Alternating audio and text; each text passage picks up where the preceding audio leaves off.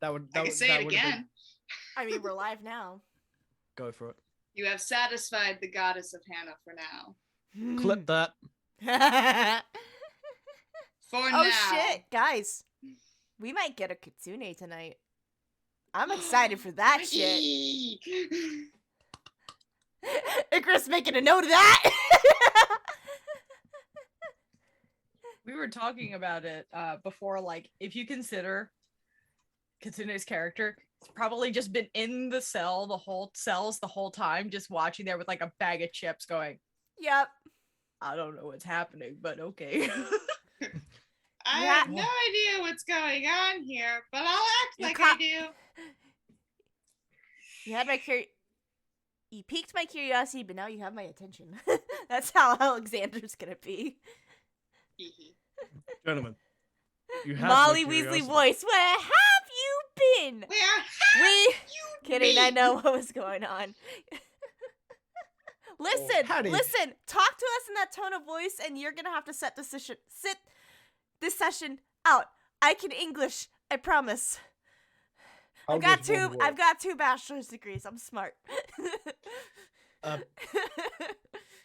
Also, Paige, if you want to learn more about DC, but like in a contextual sense and just like translated. Yes, please. I may have two bachelor's degrees, but I am dumb of ass when it comes to comics. Red Panda. Yeah. The guy who does the Tim test I ones. need y'all to send me links. Oh my god, I will. I am pure of heart, dumb of ass. I just confessed to y'all. I just confessed to y'all that I simped for Adrian Chase, knowing goddamn well if he found out that I pirated movies, he'd kill me on sight. Yeah. He finds out I smoked pot once in college. I'm dead. And I still simp for that man. Yeah. He's a goddamn himbo, and I am a slut for himbos. This is why you love me. This is why you love me. So, Paige, I just told Becca like what you just said, the pure of heart, dumb of ass. Becca laughs, but then goes, oh, "That's you," and I'm like, This is why you love me. I'm honest. And "Do I?" yeah, you've been telling me it all fucking day. Becca, you need to remind him every day that he is pure of heart, dumb of ass. Please do this for me. Paige agrees with me. Paige just said, "You need to remind me that I'm pure of heart and dumb of ass like every day for her." I am more than happy to do that for her. Fuck's sake. You. A wish is my command. Yes. Oh. Don't give her top energy. She doesn't know what to do with it. Don't give me top energy, because I know what to do with it, and I will. There are a few people here you just don't give top energy because they either don't know what to do with it or they do know what to do with it, and it's pure and utter chaos. I.e. Hannah. Listen, Hannah and I are chaotic switches. Double the fun, right? Yep. Is that what they call it? Let's be honest, switches have the most fun. Yep. I am here. At the best time. Best point in time. And I can confirm, but also hello. With that, hello, welcome anyone who's watching to Kingdom Chronicles. I'm your host, turned to page 394. Here with Alpha Hannah 5311, Aki Obsession, Bard of the Midwest, Bridgie Lee 123, and then Chief with Becca as well, who is going to be watching us play tonight. Icarus of Might and Bryce Cecily's. Oh, okay. So you introduced me that way. Being the dumbass. No, are you putting words in my mouth, Mitch? No. That was all her. What did I do? They have the unfortunate. They have the unfortunate thing that they can't hear you, Paige. Fuck! Damn! Fuck you, Kitsune! He made us just do a hydrate! Haha. God damn it, Kitsune. Discounts. But anyways, welcome to episode 77 of Kingdom Chronicles. Guys, Boy. we are almost 20 episodes away from hitting 100 episodes. Woo. Yeah. For Fuck. this Damn. almost 3-year-long campaign? Wait, no. Sheesh. We started... 2.5. September 2019. So we're like solidly in the year and or 2.5. Yeah, we're in 2.5 years right now. We're already past the 2-year mark for 3 players here, and then the rest of us will have our 3-year anniversary in September. September 13th, I believe, is our anniversary. Yeah, that sounds I right. do remember. Yeah. Oh, Stuart just sent me this mug. Yeah. I had another one of those moments where you said 2019 being 2.5 years ago, and my brain shut down because that's not accurate. No, it's more like 50 years ago was 2019. Yeah. It's like Look, I was reminded today And thank you for introducing that me it's to no this. longer 2000 that we're looking for on IDs. It's 2001. Yep. Thank you. Thank you. It hurt my soul. Yeah. Sarah, I bartend as well. If I see a 19 at the beginning, I just hand it back and say you're good. Yeah. You're not wrong. Yeah. Anywho, we don't have time to unpack all that. Kitsune, can you drop the link? Once Kitsune drops our link tree, that'll be a link to our social media websites, social justice websites that we support, as well as shops, YouTubes, all of that shit. Shop updates. I still haven't uploaded the Jasmine Jackal shirts. I need to. I have been very fucking stressed this past month. Yeah. But those will get uploaded at some point to Teespring, and all proceeds will go towards cancer research in honor of our fallen friend Brian. Brian, we miss you every day, buddy. We know you're probably laughing your ass off in the other life as we get into these fucking shenanigans. Sarah also has her Society 6 store linked to there. Any new snapshots uploaded to Society 6, Sarah? No new photos. However, Society 6 itself has updated, and desk mats are now a thing. Ooh. So I am going through my photos and making sure all of them will be available in the nice long under keyboard desk mats. Honestly, I have a desk mat right here, and it's so fucking nice to have because I rest my arms on it a lot. It actually provides a little bit more cushion. They are super nice. Mm-hmm. I have one myself, but I might have to get a new one. Mm-hmm. Also, she stepped out of frame, but Bridget also has a resin shop that she runs on Etsy. It is currently closed at the moment because she is working on new projects. And when we get more information about that, we will let you know. But she also has a merch shop with her Queen Bee merchandise. So make sure to check that out and support her. Hannah is an author, and she writes a superhero story on Archive of Our Own called Firebite Origins. So if you are really into like DC and Marvel superheroes, check out her Archive Enemies of to Our Own. Lovers. Yeah. Enemies to lovers. That good shit right there. Because we had a huge DC Comics discussion before stream where I found out some really negative things about myself. But if you're into comic book heroes and all that, check out Firebite Origins by Alpha Hannah 5311 on Archive of Our Own. How many chapters have you posted so far, hun? As of right now, we have 7 chapters. I'm going to be posting chapter 8 probably sometime tomorrow. Woohoo! Awesome! I believe on Monday we are having Pandor? Or is it going to be Humblewood? Because I know we had to cancel on Pandor this week. Yeah, it should be Pandor unless Hannah tells me otherwise. No, I think it should be Pandora. I think we should be good. Okay.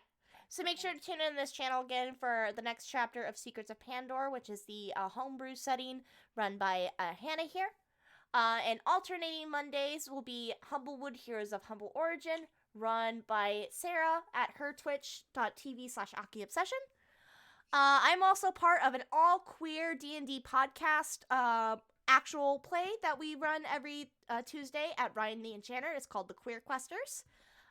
We had a break this week to kind of like catch up on ourselves as a group and talk amongst ourselves about how we want the campaign to go. We will be back live next Tuesday, so make sure you follow Ryan the Enchanter here on Twitch.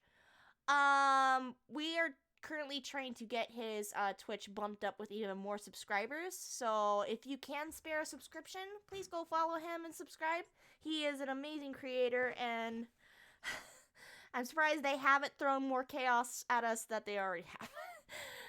We're already planning to murder an NPC because they screwed us over. So that's going for us. As always, every Friday is GKC here on this channel, as well as every other Thursday is Clone Wars 5e, run by my friend Emmy. You can follow her at starshard.stories on TikTok. And another campaign that's run every Thursday that is currently on hiatus in the moment is Tales of Yggdrasil, run by Mitch here. Follow him at twitch.tv/mnchief_.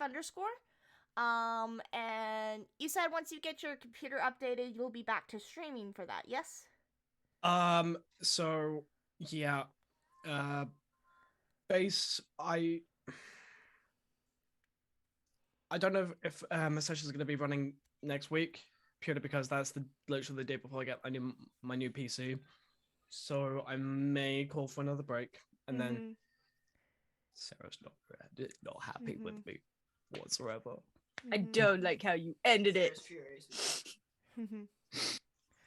Could make me wait more. We'll see. But once I get my new PC, I can finally run Streamlabs, and then it will be back to normal. One last channel reminder. If you don't follow James Kitsune already, please follow him here on Twitch. He is not only the moderator for my channel, he is also a streamer, and he runs his own TTRPG every Wednesday based off of Final Fantasy. So make sure you follow him and click the bell to be notified when he goes live for that stream. That is it for stream announcements from me. If anyone else has any last minute announcements before Hannah's ritual, now is the time to speak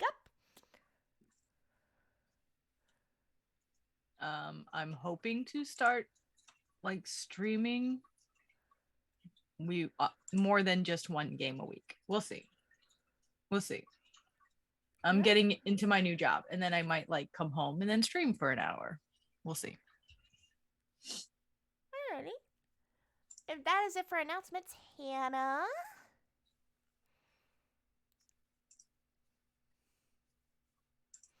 Honestly, I could use some luck tonight too. I have a catacorn sending you hugs. Hang on. Wait. Uh-oh. Arson!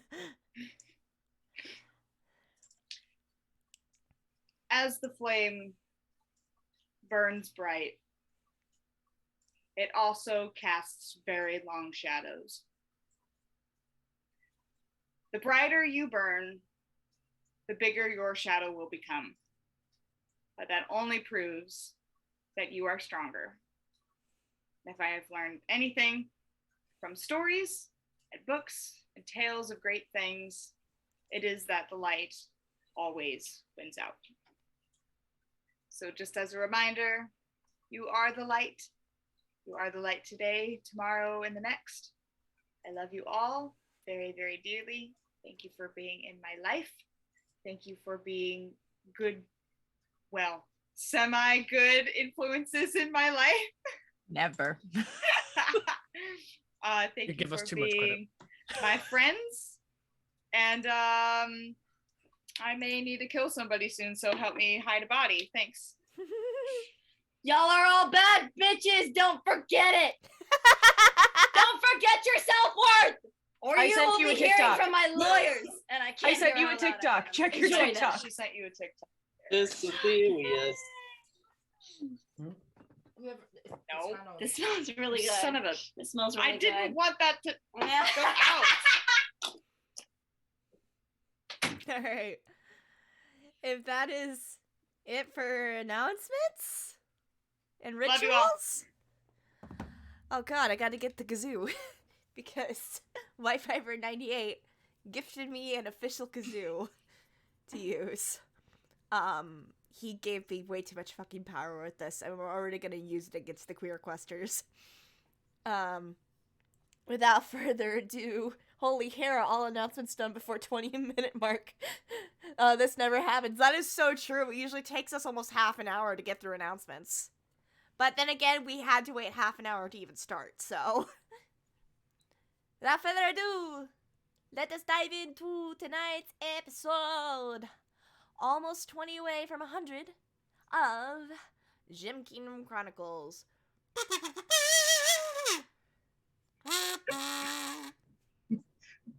It just makes me so happy. Okay, Icarus, please take the fucking floor. Will do. As I've said before, I am pure of heart, dumb of ass. Needs to be on a t-shirt. I'm just saying. I'm pretty sure it is on a t-shirt and I need one. I might design one. Okay. So, previously on Kingdom Chronicles. Oh boy. Just, oh boy. So, let's see here. We've got Sierra giving Darren and Sutha a sailing ship crash course and basic survival info to make sure that they don't like get whacked in the head by something on the ship, I'm presuming. And she's also keeping a very close eye on Darren, kind of aware that something's up but doesn't see any clear indicator like in his mannerisms. It's just like it's just that telepathy doubling just made her be like, something is wrong. Why aren't you acting like something is wrong? Fuck. And Sutha also gets very seasick and has to retreat to her cabin because it was unpleasant for her, unfortunately. Sierra does confront Darren, uses Zone of Truth, and tries getting some kind of information from him to see like what the fuck is up. There's a lot of back and forth. The whatever the fuck is in Darren didn't pass that save, but he did, and with all of the confusion, Darren was then able to stab himself and warn Sierra to just run, to which she was like, no.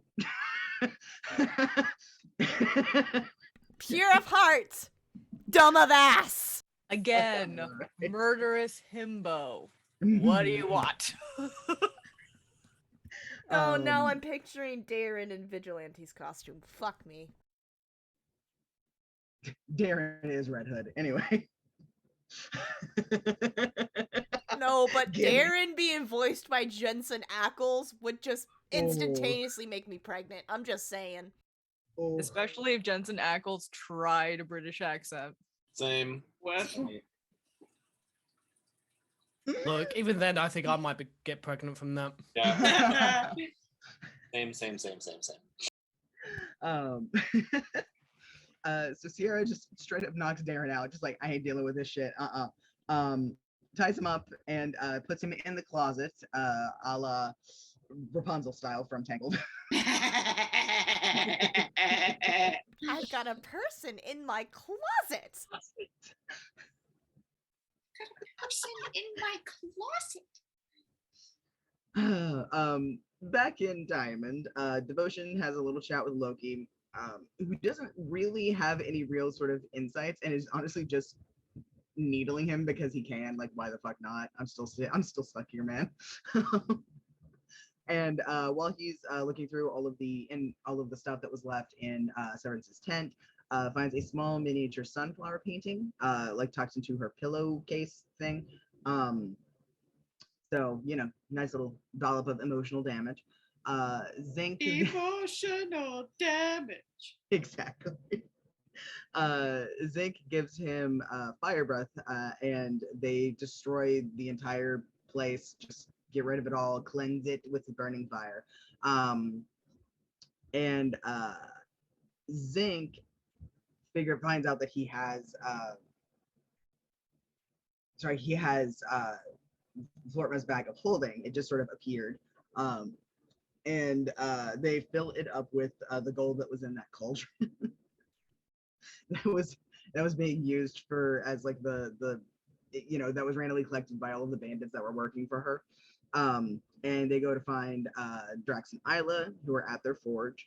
It's just as they left it, there is a hedgehog in the corner making a nest, and they leave him be after making gentle friends with this small creature. They leave Valkyrie a note of stuff that to do, if you can, do it once he does arrive. Isla helps Hedgehog with the nest, and he's very grateful. You get many cute squeaks. And Isla mentions that she wants some more practical travel clothing. Zink and Devotion show up like literally as they're about to leave in classic comedy style of just open door. Oh, hello. What's up? And they show them around the forge, and they make a couple of jokes about like a potential ghost hiding in the corner. But so far, the only thing hiding is the hedgehog. Devotion then has a conversation with Tyr when he goes over to the temple, and then goes to get Argus, the very, very bigoted asshole head of that temple, to call the banners to prep the Tyr orders for the eventual battle that's prepping to come. Uses a couple of pretty successful like manipulation tactics of just, yes, I get that you don't like me, however, you're going to have lots of glory to your name if you do this. So like, just come on, bro. And he's like, you know what? It's fair. Honestly, I got that.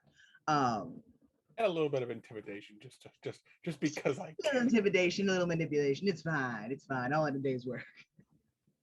And everybody regroups on the ship, and Sierra gets everyone down into the room and is like, hey, so about Darren. We have about my boyfriend. Yes, this is his blood. She's drenched in blood. That's not hers. Yes, exactly. Just like, yes, this is his blood. Don't worry about it. Because of her circlet, she didn't take damage from the head, but he took all the damage. Yeah, he did. He's got like just like a little divot in his skull now.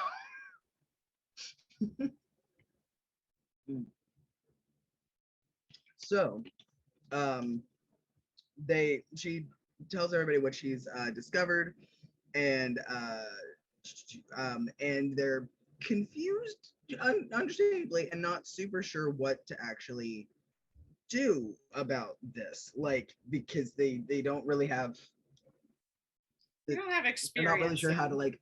Yeah, they don't really know how to like unpossess someone. Devotion shows the bull, and Sierra gives some detail about the eyes, and like what you saw with those, and they realize that it's garnet, but they don't. Again, y'all don't know how to remove the parasite, as it were, and so they decide to take him to the brig. Callie comes along just to be like, the fuck's happening on my ship? And they put Darren in a chair and bring him back up to wakefulness. He is tied to the chair mighty securely, and is just sort of like, he ain't going anywhere. So you guys interrogated Garnet, but she's absolutely insufferable and just a massive asshole. She's keeping Darren linked to continue to hurt him as well. No shame, no held back words, is just sort of saying really nasty things, honestly. Yeah. They decide to keep Darren in the brig, and they're going to guard him while they figure out what to do with him, because it's like, how to unpossess someone. So from there, Darren is also internally continuing to piss her off at every single turn that he possibly can, and succeeding to no one's surprise. And just working on manipulating this thing to his favor as much as he possibly can. I'm a sweet little angel. I would never do such a thing.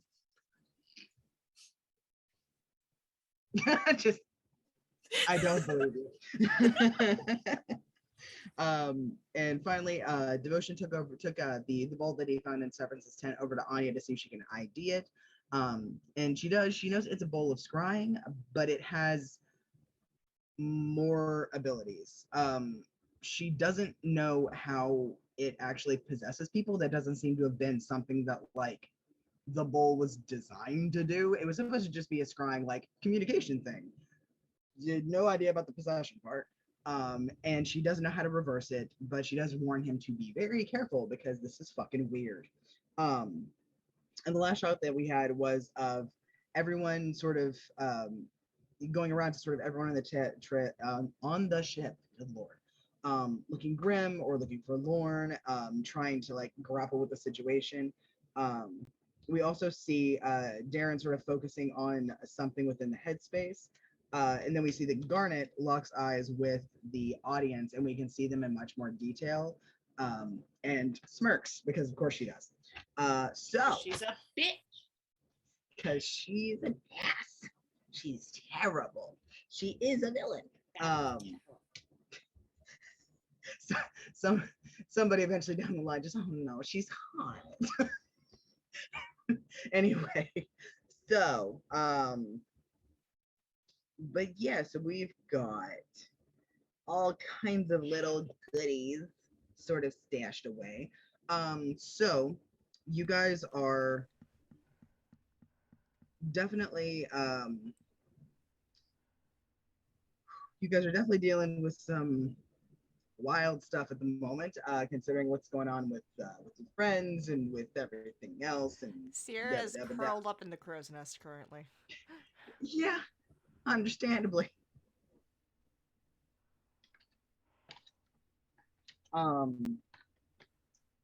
It's it's been it's been a hell of a welcome back.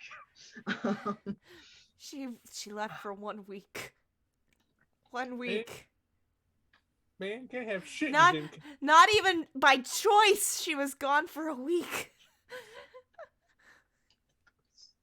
Yeah. Crossing her arms. Man, can't have shit in Gem Kingdom. Nah, not allowed. So sorry, I'm thinking. So, it's still that same day.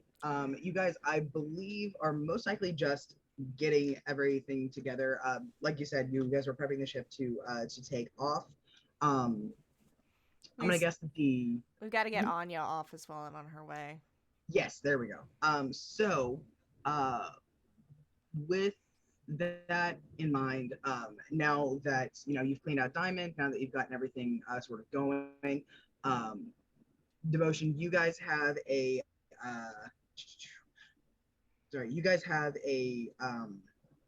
very specific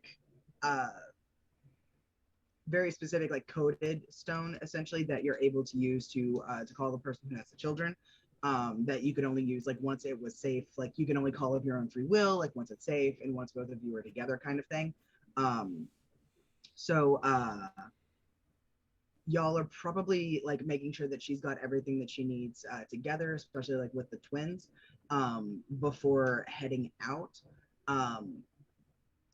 I'm gonna say like a mild thing for safety reasons. Y'all, let's see. I was thinking that like y'all could vamp out, but most likely what'll happen is like you're gonna call the kids, and probably do it like in an enclosed space, like just off to the side of the ship, and then they'll be able to go from there onto the ship that the twins have rented, or not rented, sorry, have bought passage on. There we go. That's the word I want. Because they're going to be going separately and not in any way connected to this. So yeah. Has anyone told them yet what's going on? Just gonna throw that out there. So. Oh shit, the twins don't know. Yeah, the twins don't know because I was just gonna say like they were probably exhausted because they've been doing so many things. They went back to the ship and just zonked. Yeah, like they just kind of came back and like immediately sort of like found hammocks and just passed out for at least an hour. Especially because like Sierra wears such dark stuff now that if you're not paying a lot of attention and you're half asleep, it's just like, hey, what's up? So yeah. So Now she's brooding up in the crow's And she's nest. brooding in the crow's nest. So, most likely after they get like power naps, which would probably be like the better part of like 2 hours, because they can operate, but they're not like at their best. But it's something. So probably after about 2 hours, the twins would have come to Devotion's room because I know that she's connected to Devotion. Especially if they didn't like see Darren in the initial thing. It's like he's somewhere on the fucking ship. Okay. They're operating under the assumption that like everything is fine because they have no indication otherwise yet. Yeah. So yeah, so honestly probably Devotion, you're gonna get a knock on your cabin door after a little bit. And when you pop it open, there's the two of them there in their dark cloaks, like already like hoods mostly pulled up. You looking like they're getting ready to like leave and do some shady shit. Of course. So yeah, and they both like look at each other and then just sort of like come into the room. And Xander's, I think, yawning like super duper big, and Rayla looks like she's barely awake, but she's like, okay, so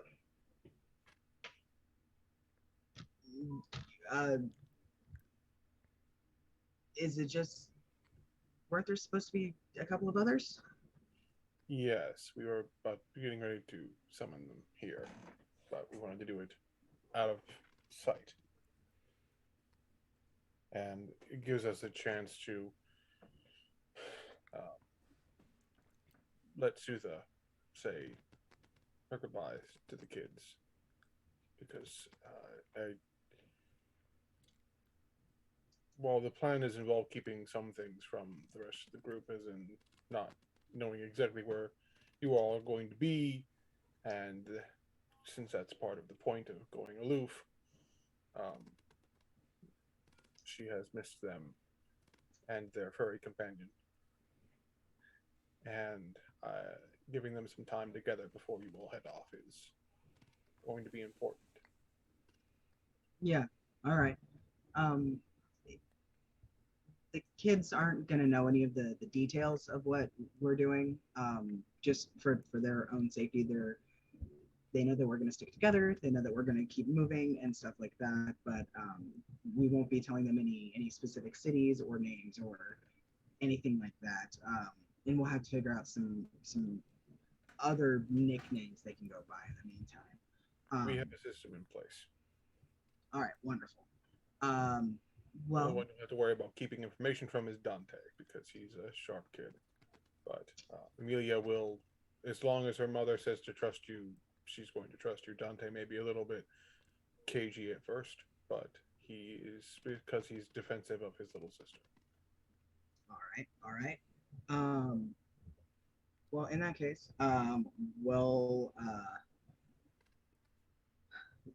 we can go grab Sutha if you want to go ahead and call the kids here so we can get everything going. He'll nod, and well, he is going to give Anya, because I discussed this with you earlier, he's giving Anya the staff, and he's going to give her his circlet of disguise so that she can disguise herself and the staff. Mm-hmm. He's also not going to tell that to the twins, because like, look, you're here to help. You're here for in his mind, they're here for the part of protection of, for y'all to stay under the radar. Y'all are good at that. Y'all are specialists at that. If y'all get into a hairy situation, that's where she comes in. She can wield the staff better than probably almost anyone on this ship. So I am counting Zinc in that, because they are both sorcerers. They could both use it, but for the time being, she's gonna like, what do you give the protective mother who just went through a traumatic experience? A nuke. So she's not afraid to. So she doesn't have to be afraid again. It's like, exactly. Yeah, no, it's perfect. A staff of a bazillion spells, some of which she can't use with her draconic ancestors. So it's like, hey, ooh, I always wanted to try that. Well, I'm not sure. I haven't played Sorcerer in a long time. But yeah, so we're going to have that. And then once Sutha has joined us, we are going to inform her her of the plan that they're going to get off the boat, going to go on a different boat, and go into the radar.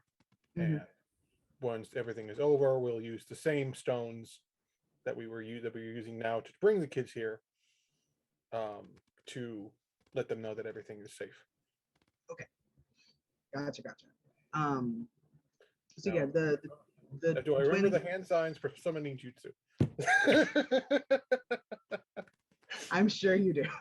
I used to actually remember the whole thing. Like,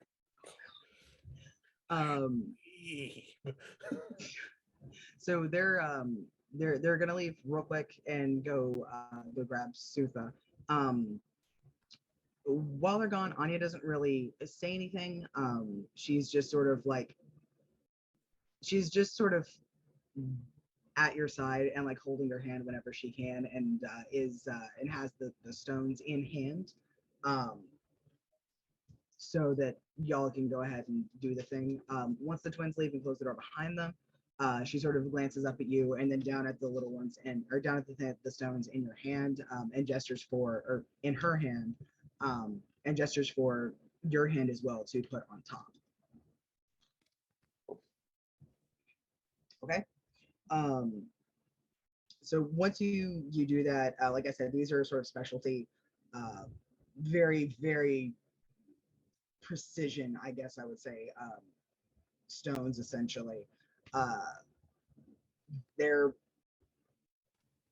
really only for this kind of very specific scenario, and they only work within like a single family kind of thing. Yeah. Sorry, my camera's been weird. So once you put your hand on that, you guys both sort of look at each other, and I think in unison say whatever the summoning word is that you've put together. Why is It's Severance's ghost coming to fuck with your camera. Yeah, apparently. Like, sorry, it's doing. Hopefully, it's just like a weird little intermittent glitch, but I don't know. The Zoom has not been kind to my camera today. Anyway, so you guys make eye contact, start whispering the summoning word, and it sort of fans out with this this reddish gold sort of glow. It swirls around the two of you, and it feels familiar. It feels like home just for like a second. But it swirls around the two of you and then kind of swirls a little bit more in the center of the room. There's a faint sparkly outline of the kids for like a split second, and then they're actually there. They're solid and they're whole and they are complete. They are holding, or Dante specifically has like Amelia sort of in front of him and is sort of doing the like crossover, like hold that shoulder thing, to make sure that she is okay. And he's sort of just being protective older brother. And once you guys once they solidify and they like sort of touched on the actual wood of the ship, the stones go dark in your hand. Anya puts them away, and then the kids, like, they have their eyes like screwed shut, like they don't yet want to risk looking. But you hear Dante say very, very quietly, "Mama, Papa." We're here, little one. At that, both of their eyes just snap open, lock with you, and immediately they just burst into like happy tears and run across the cabin and just like full on tackle, just tackle, hug, need parent. It's a very tearful reunion. It's a very, very tearful. Oh, Devotion is losing it. Devotion is a blubbering mess. He is crying. He is not even the tough facade of Devotion the Paladin. God, he is crying his eyes out, just like immediate tears. He's been holding on to these for like fucking months. Yeah, there's there's crying and laughing and many little, like, kisses on cheeks and head and everything like that. The kids are sort of babbling on top of each other about like what they've seen, where they've been, like what happened and everything like that. And it's a lovely and very sweet reunion, but it is also just chaotic and a little miniature like cacophony of family sounds for lack of a better word. It's just um but yeah. And uh I think by the time that I think by the time that that Sutha does end up coming back with them, um you guys will have had like a little bit of a moment to have caught your breath, to have just hugged for good minutes, and all that kind of good stuff. And it's altogether just very, very sweet. Is there sorry, words are so hard today and I don't know why. At the mood. Yeah. So I think everything is just it's one of those sort of things where you know that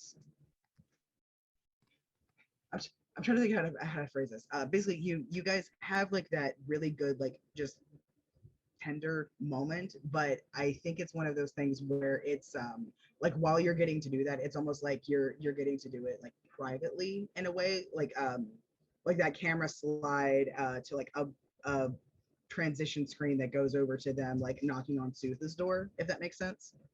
Mm-hmm. Yeah. Okay. Sorry. Brain is. I can picture it. It's not Words coming are out of hard. my mouth. It's all right. Words are hard. Yeah. It's Friday. Thoughts don't exist today. Really don't. I got slammed with a bunch of weird stuff at work too. So nah. So Sutha, I think at this point you're probably back in your cabin trying to like handle the new information that you've been given about your friend in hold. And you get a very brusque just sort of knock on the door, and sorry, you get a very brusque knock on the door, and then you hear just sort of quietly murmured like, to the it's us. Can you come over to the other cabin? They're being very vague, but Sutha just kind of like stands up and like walks.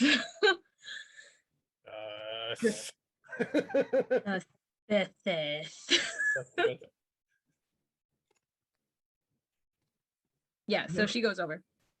Okay, do you open the door? Yep. Okay.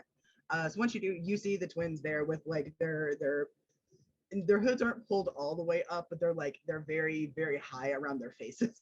Like they've got high collars, but it's just the hood. And they both look up, Rayla waves. It's like, hey, we thought you'd want to say some words to your friends before we take off on the boat. Sutha looks like a starving person who's given a buffet. It's just like, I can has emotion. I can has hugs. So yeah, she like wants to like hug, but she's like, wait, am I allowed to hug? No, yeah, devotion like opens an arm to like invite her into the group hug. Yep, she goes immediately, like on her knees down. Yeah, the kids are absolutely overjoyed to see you as well, and it starts off a whole nother spark of like happy squeals and sorry. Yeah, something's up with your screen. Yeah, it really is. I don't know why it keeps doing that.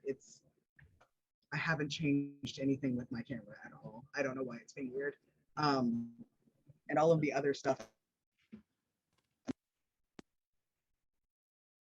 Okay. The camera just said, "Fuck you."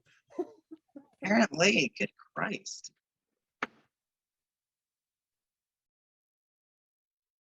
Okay. Goodness.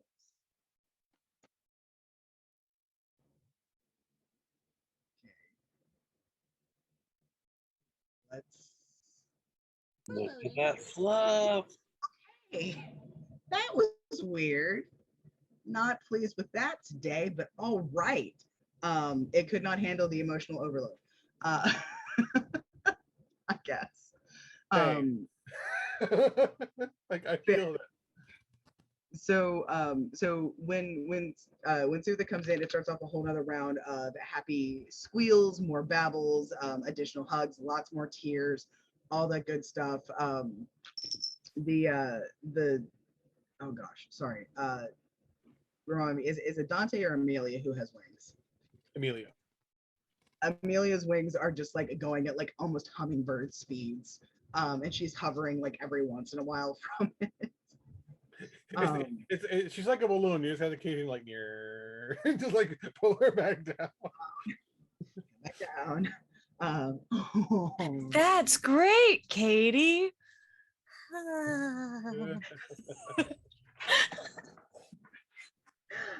But yeah, it's a very good, very tearful sort of reunion overall. The kids are giving sort of a rundown that they had to use secret names and they had to like move a lot and everything was kind of weird, but their friend was Papa's friend that they've met through the church or through the temple, and he was really nice, but he was very, very, very strict on like they had to use other names. They couldn't call each other by the real names, and it was very difficult, but they made it do. And it's just sort of like that kind of litany of stuff from like younger kids. Amelia talks a lot more than Dante does. Dante honestly just kind of sits really as much as like between his parents as he can, and keeps just sort of like touch to like almost like he's reassuring that he's still there. And then when Sutha arrives, it's just like additional like touch. So yeah. Sutha, do you offer any specific words for all of this or not? Muted. I can't hear you now.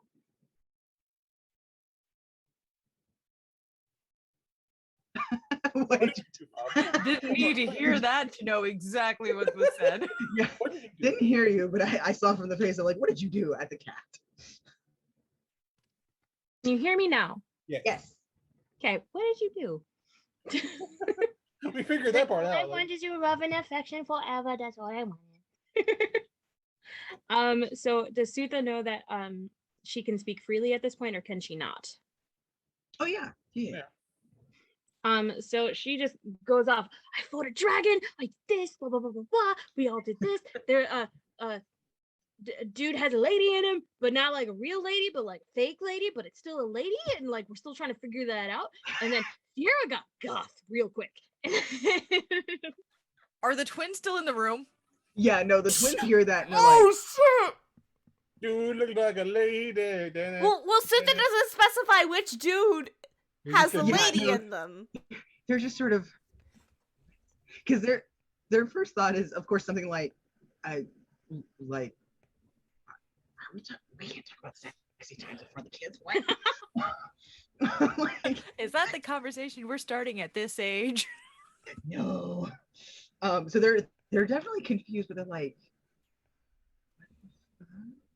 because yeah, no actual names were spoken, so they don't know any of like that relevancy. But they're just sort of we were gone for an hour. We took a nap for an hour. What did we miss? What did we miss? Lots of things, y'all. Anyway, yeah, so Sutha just goes on and on about like all the adventures they've had. Oh, I could turn into a bear now. It's actually really cool, but it really hurts my jaw. I don't think it's should hurt my jaw. I'll figure about that later. Oh, I'm this princess, and it's really, really cool. And so, like, we're gonna go deal with that. Actually, that's what we're going to do right now. It's actually gonna be really, really weird. Although I'm still wondering how the guy with the girl inside of him is gonna work out, because let me tell you, that's actually really weird.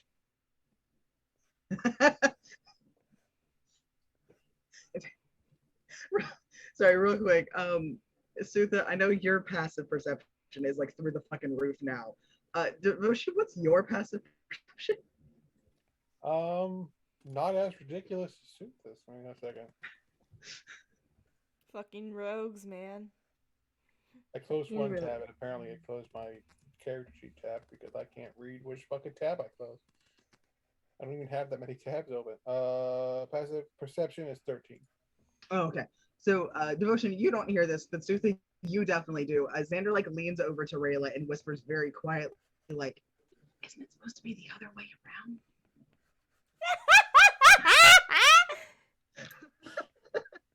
around?" He has no context for what you're talking about, so he's just like, "Isn't it supposed to?" And then you hear Rayla sort of whisper back, like, "There are specialty items for that." Anyway, Rayla just fucking kinda looks knows. and is just like, oh no, not funging. We're not talking about that. Actually, what I'm talking about is like Nancy up here. She's in his head. I had a girlfriend like that once. Me too. Anyway, so Concerned dad face. We're gonna put a pin in that later. Concerned. It's a brief like what? Just like, I made questionable dating choices before Anya too. oh, and now I have a rat. I have a rat. His name is Ratty. And then all of a sudden she looks around the room. Oh shit, that's right. They had dog. Sorry. No, it needs to be. I'm sorry, but can I retcon this moment? Yes. Shoot, they hears barking in the distance. And all of a sudden that song do do do do do. I think what it is because the magic wasn't built for dogs specifically, it took him a bit longer to get wrapped up in it, and you guys hear a muffled barking from under the bed. Fine. He's just been do stuck. it your way. He's fine. He's okay. He's just sort of like, I don't know where I am. I got moved. I hear people. Help. Help. You know, he just kind of like over and just kind of lifts the bed. Oh. A very well-fed dog. He's fed now. He's a chunky boy now. Yes. He's not chunky. He just looks like he was actually supposed to be a dog that had some muscle tone and now has been fed enough that he can. So he's just, you know, the equivalent of a brick shit house of a dog. You in dog form. Yes. He's just dense. But yeah. So he pops out and wags his tail very much, and then sees Sutha and wags his tail more and barks and just runs across the cabin and does like the jump licky licky licky. So yeah. Oh, Sutha begins to cry immediately. Yeah. Oh my gosh, I missed you so much. I didn't want to go. Hey, get back here. Let me love you. It's a lot. It's a lot going on. Sutha's just like, oh my gosh, things are happening. So yeah. Meanwhile, across on the other side of the kingdom, the grizzled old paladin, the dog and the children have disappeared using the stones. He's just like, I need a nap. He just heads back to the temple. Like, I need a nap.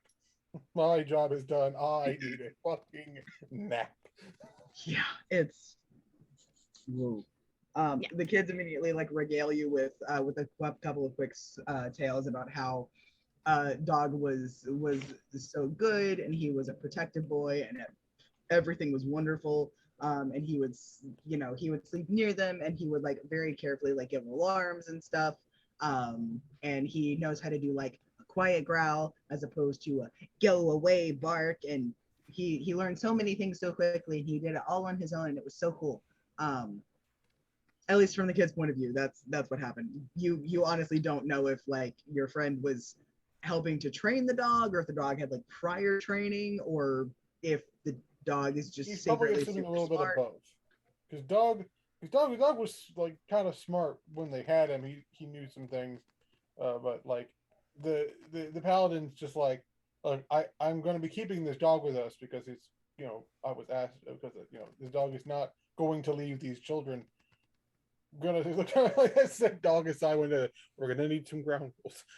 Worked on a couple minor things. Probably the quiet bark is something that he maybe got trained with. Because like sometimes I'm gonna need you to be quiet and let me know when something's wrong without letting the people know they know you're there. Yeah. Then they mainly just stuff like that. Other stuff he probably would have figured out. This is like protective instinct. Yeah. Because he's a smart boy. He's a good boy. Yeah. So Sutha has her moment with the dog. She has her moment with the kids. She has her moment with Anya. So like, she's processing all of that. Emotional damage. Emotional damage while also receiving emotional healing. Emotions are a double-edged sword. It cancels out, right? Yeah, it cancels out. Something like that. So yeah, after letting you guys have a few minutes, like maybe even up to like a full half an hour, because they unfortunately, like, you got some extra time with Anya, but they can't do that as much like with the kids, just because they're trying to make sure that y'all stay safe, since it was made known to them that like this is because of safety reasons. So I think that after you guys have had a little bit of time, Rayla kind of reluctantly steps forward and is like, so we should start the traveling process. Husband has a very like deep sigh. You're right. We'll be finding if we leaving at different times is also going to be important, as we may be a little bit delayed due to some circumstances. It would be beneficial, but only the direct line to us is going to be controlled by Anya, with a stone that only she and I have connection to. I will be sharing anything we learn that she relays to us. I will be sharing anything I learn from that with you, Sutha. I do have one request of both of you, and it's going to be a little tricky. We're good at tricky. You understand how undercover things work, laying low. At some point, Darren will probably reach out. Most likely to see if you're okay after you all depart, and probably check on you at some point. Yeah. Even though I do have a lot of trust in him, as I do with the rest of my party, vague as possible. Oh yeah. So her policy, as well as policy, if he contacts the two of you directly. He kind of laughs and like rubs his face, like, I don't mean to nitpick stuff like that, but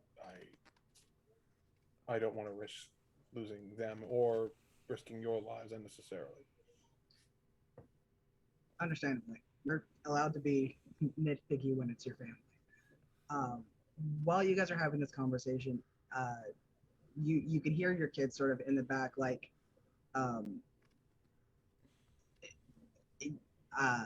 I don't think I'm going to be able to fully convey this right now, but they're getting upset because they didn't realize that this wasn't the end. They didn't realize they were going to have to leave again. And they're both like holding on, like they're both holding like parts of either parent. Dante's trying to hold like both like your cloak and his mom's like shirt kind of thing. Amelia has just full on like done the little kid thing of just like wrapped around dad's chin like tiny monkey. Yes. and Dog is sort of like he's coming over and like licking at Sutha and just being like, yeah, you're here, but then he's going over and like nudging the kids and like whining like it's okay. He's sort of doing like the back and forth of that. And with all of that, Anya, kneels down and starts trying to soothe them, letting them know that she's going to be with them. They're not going to be, they're not going to be separated from both of you anymore, and trying to make it a little bit better. Amelia doesn't quite, it still doesn't take that very well because she's the younger sibling, and she's definitely getting a bit distressed, and is not letting go of your leg. Dante seems a little bit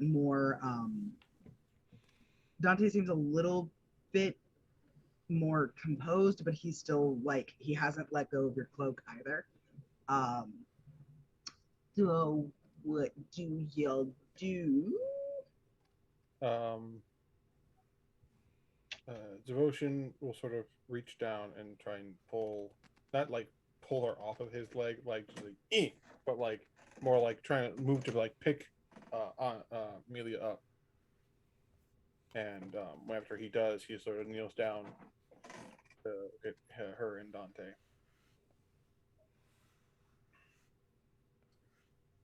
Sorry, I didn't hear that last part. What? He picks Amelia up and then he'll like kneel down so he can be like around the eye level of both kids. Yeah. He's very tall. He sort of sighs and looks to them.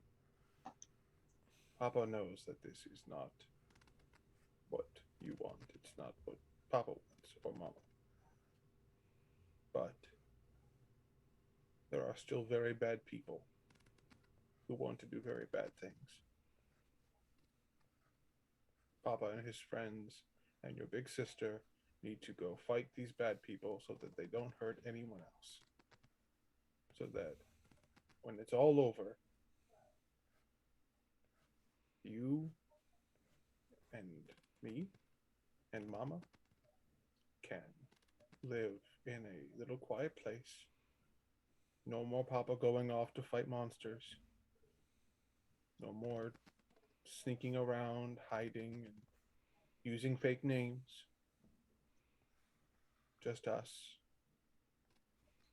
And he's like, he's choking up a bit. Like, he's like, I don't want to give up my babies. Of course, it's hard. Like, just without fail, it is hard. Anya is also just very quietly crying.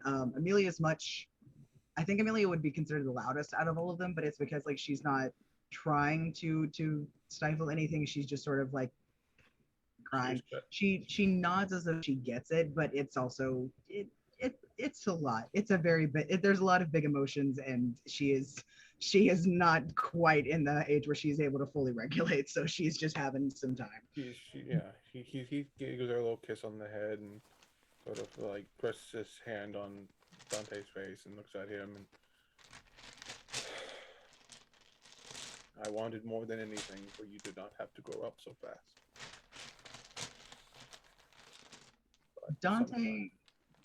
Dante is also crying, and he like puts his hand over yours, but he's doing that maybe unusually for other teens his age. He's not like hiding the fact at all. Like he's not acting like he's ashamed of crying or anything like that. He's just sort of like told him that crying is absolutely okay. Yeah, he's just letting it happen as it does, and his lower lip and everything is trembling, but he's doing his best to stay like upright. And he puts his hand out for Amelia, and she takes it. And he like kind of holds her to his side, and then Anya like just holds all of them. And Anya manages to say like very, it's a little husky, but she's able to say, it'll take some time, but we're going to be together again. We just have to have a little bit more wild and crazy adventure first. Yeah? And the kids just sort of nod. Amelia like shakes her head at first and then nods. And they do like one more group hug with you and with Sutha. And I think they'll also sort of look over at Sutha, and I think Amelia's the one who kind of like pats dog and then looks up. Can we borrow dog for a little longer? He's very helpful when you have to do adventure things. Sutha looks at dog, looks at the kids, and is just like, of course, and hugs dog one more time. And for some odd reason, she decides to lift him up and set him on top of Dante. And she thought that was a smart thing to do. Look, she's emotional. It's okay. Dante's strong enough to hold this dog. Amelia also she says thank you. She gives you another like big hug, and then she goes, by the way, dog is really smart and he misses you too. He really he finds green things and keeps them near his bed.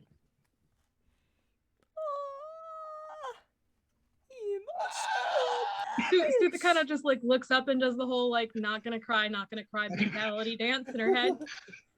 My foundation is $48. Foundation $48. Yep, Oh, that's exactly what it is. Heart. But yeah. Okay. Actually, Sutha takes one of the teeth from her necklace, puts it around a little thin band, and puts it around the dog. Boom. Sentimental. What if it's one of the one of the dragon teeth? So, because he's a heftier boy now, so it'll fit better. Yeah, dragon tooth, because apparently Sutha got like 8 of those, and only made 2 of them into daggers. I don't know why. The other ones just weren't quite good enough quality to make a dagger out of. They were a little messed up, or they weren't. They got like cracks or something in them. I don't know. Dog licks your hand, and sits with the kids, and you can see his tail like very gently sort of going. But yeah. So, I think with that in mind, and trying to make it as clean a cut as they can, the twins sort of prep Anya, make sure everything is all together. You've already given her the items you mentioned before, and I think that to the best of their ability, they take a few minutes, like put a couple of artful adjustments to their features and like tweak some of the kids. Anya uses the hat of disguise and make sure that the kids know exactly who she's going to look like first. She looks like an old family friend of y'all's from, oh goodness, actually no. She takes the moment because it will look less weird. She takes the moment to essentially turn into, to use the hat of disguise to make herself into a tiefling version of herself. So yeah, she looks like a tiefling version of herself. She's got sort of like a similar skin tone to the kids. She's got, horns that sort of go up. She makes it look as though her tail is like just sort of curled up by her side, but it's just, again, part of the illusion. She doesn't give herself wings because that's a little bit too much. But she looks like a tiefling mom out with her children, and it doesn't look odd in that case. So yeah. With that in mind, they sort of move. They move in such a way that it doesn't look like they're a big group themselves. It looks like one twin goes off, then Anya follows with her kids, and they're sort of like talking about like, oh yes, we're going back home to and they just sort of keep it vague. Like, we're going home across the ocean. I know the boat's going to be so fun. And no, you can't fly off of the boat. We're not allowed to do that. Stuff like that, trying to make it seem like it's just lighthearted travel talk. And then I think, sorry, Rayla went first. Xander follows up from the back a little bit after them. They managed to, some of the people, of course, see like Anya leaving, but they're just sort of like, I must have been with those other people, I guess. I don't know.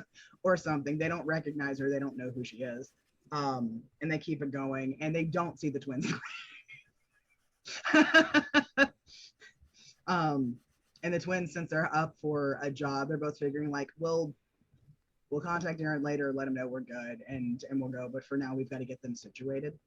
I think they say as much to you, like, you know, let them know we're okay. We'll check in with them personally a little bit later. But for now, we've got to get them situated on the road. And with that, you are then left alone and able to, you know, decompress with that. Well, technically, you're left alone with Sutha. Sutha, I don't know if you have anything more to say or if you want to go back to your room. I feel like there's maybe just like an awkward moment where like Sutha and him are just like standing there alone because they haven't really been alone in a minute. Yeah. So Sutha's going just like have that awkward moment, and she's just gonna try to figure out something to say to fill the silence, and it's mostly gonna be on the premise of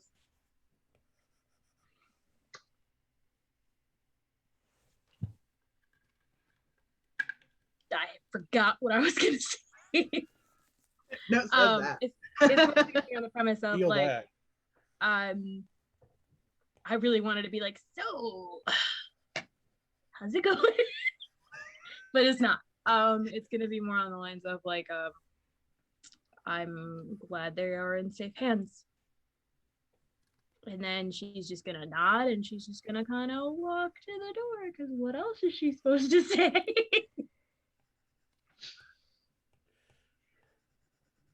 They are. And good pause. Can't forget the good pause.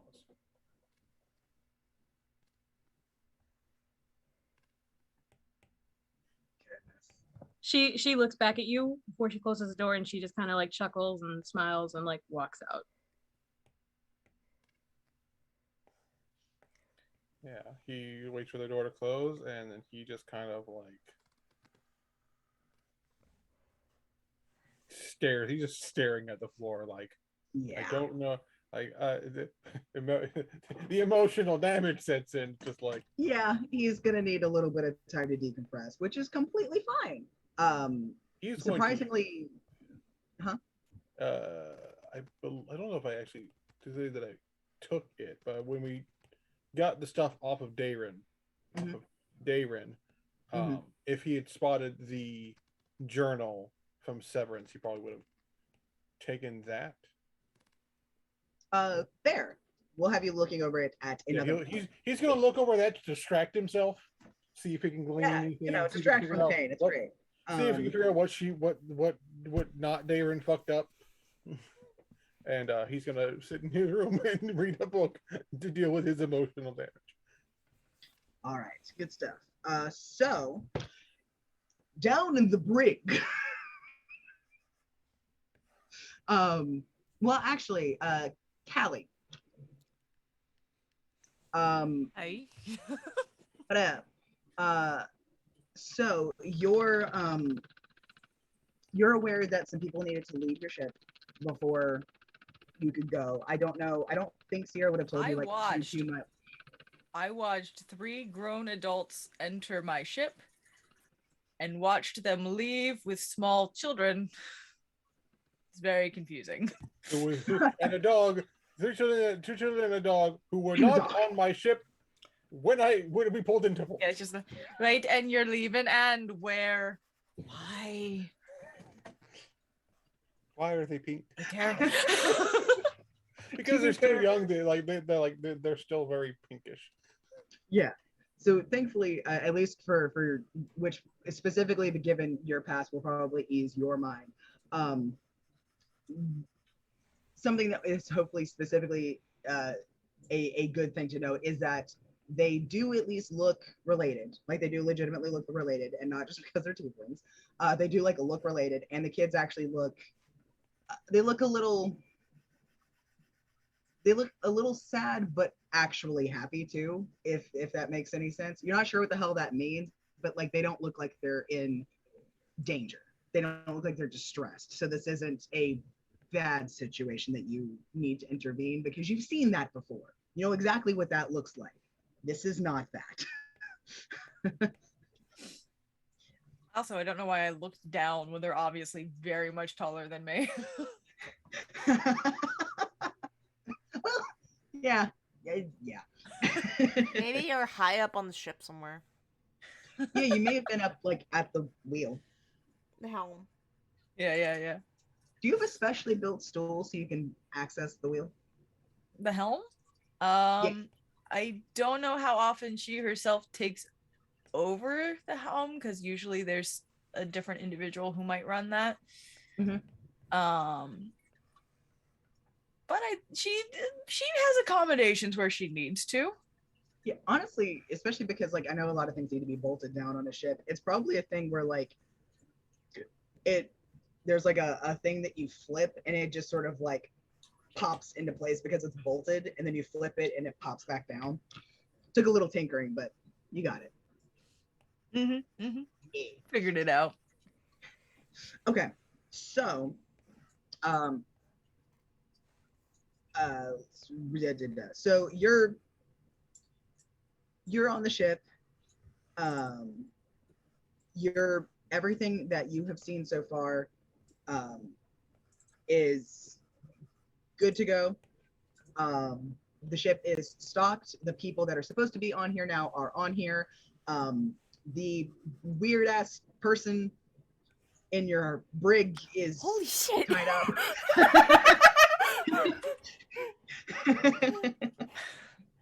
And one of your mates is on that deck with you. God, I just had a heart attack. I look up and like, oh, it's a kitsune. It's a kitsune. And one of your mates is on the ship with you, probably coming in with a report of everything's all good.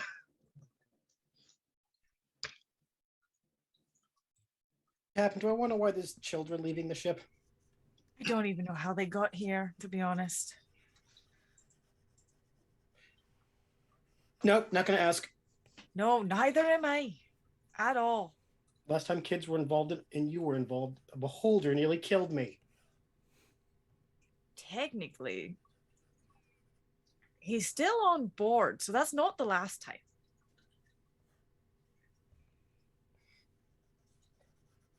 Just so you know, everything seems ready. And do I want to know why there's a bunch of people in the brig? You mind keeping an eye on that and keeping the rest of the crew out. Apparently, one of their friends has a unwanted guest. Go away. Heard of any port in a storm, but okay.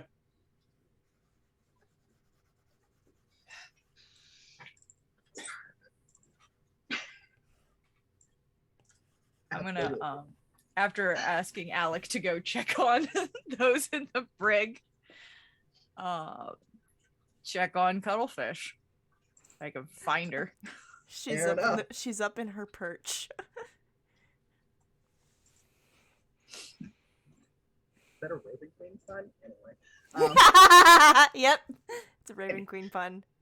I'm an adult. I mean, Okay. She basically looks like a walking raven. She's got feather, like a fucking feather motif on her armor now. Awesome. Mm-hmm. She's just kind of like just staring out at the ocean. Callie will kind of climb up there. So you're on the ship now. And you're pretty boy, is now in my brig. Yes, he is. Apparently, we've been through a lot. Your voice has changed too, but we'll go past that one. Callie, you remember this is what my voice sounded like when I first joined the crew. I picked up know, but your it's been mannerisms. so long. Well, would you prefer that I sound like this again?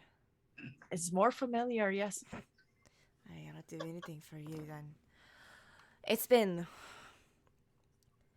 a long week. I just got back last night. And your first choice was to throw your boyfriend in the break. Not king shaming, just curious. He's not entirely there right now. Right. I'm just wondering what the fuck I missed. I get pulled away for a week to go on this quest for the Raven Queen. I come back and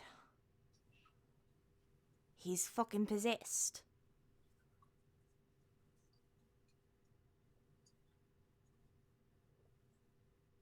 I should have been there. He can always be there. Yes, but I should have been.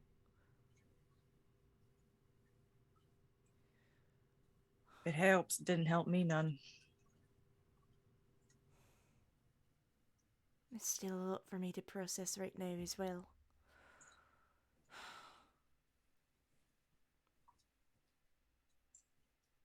We can get into that later. We don't need to. It's fine. You got your own shite. Indeed. Just make sure none of the rest of the crew goes down near the brig. Only me and my friends. And one other that I trust. I know what that He's already means. on his way. Alec. I look been in the crew for a down. while. I look down. Do I see Alec on the deck? DM. Probably. I don't think he's yet gotten to the brig. It takes a while with small legs. He'll keep the rest at bay. I'm gonna remember that next week. Well, if you trust him, I trust your judgment. Help me keep the kid alive. That's all that matters. Daniel. Works for me.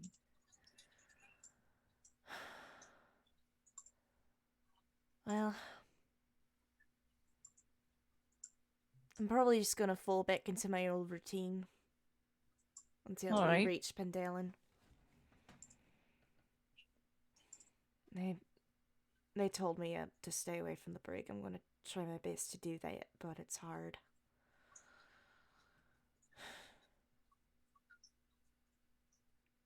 Why the fuck would you do something stupid like that?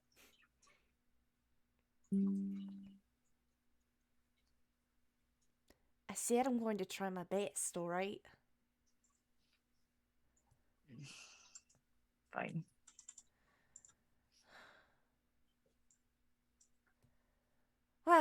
And she'll, just stretch her arms over her head. We best be getting ready to set sail. Where do you need me?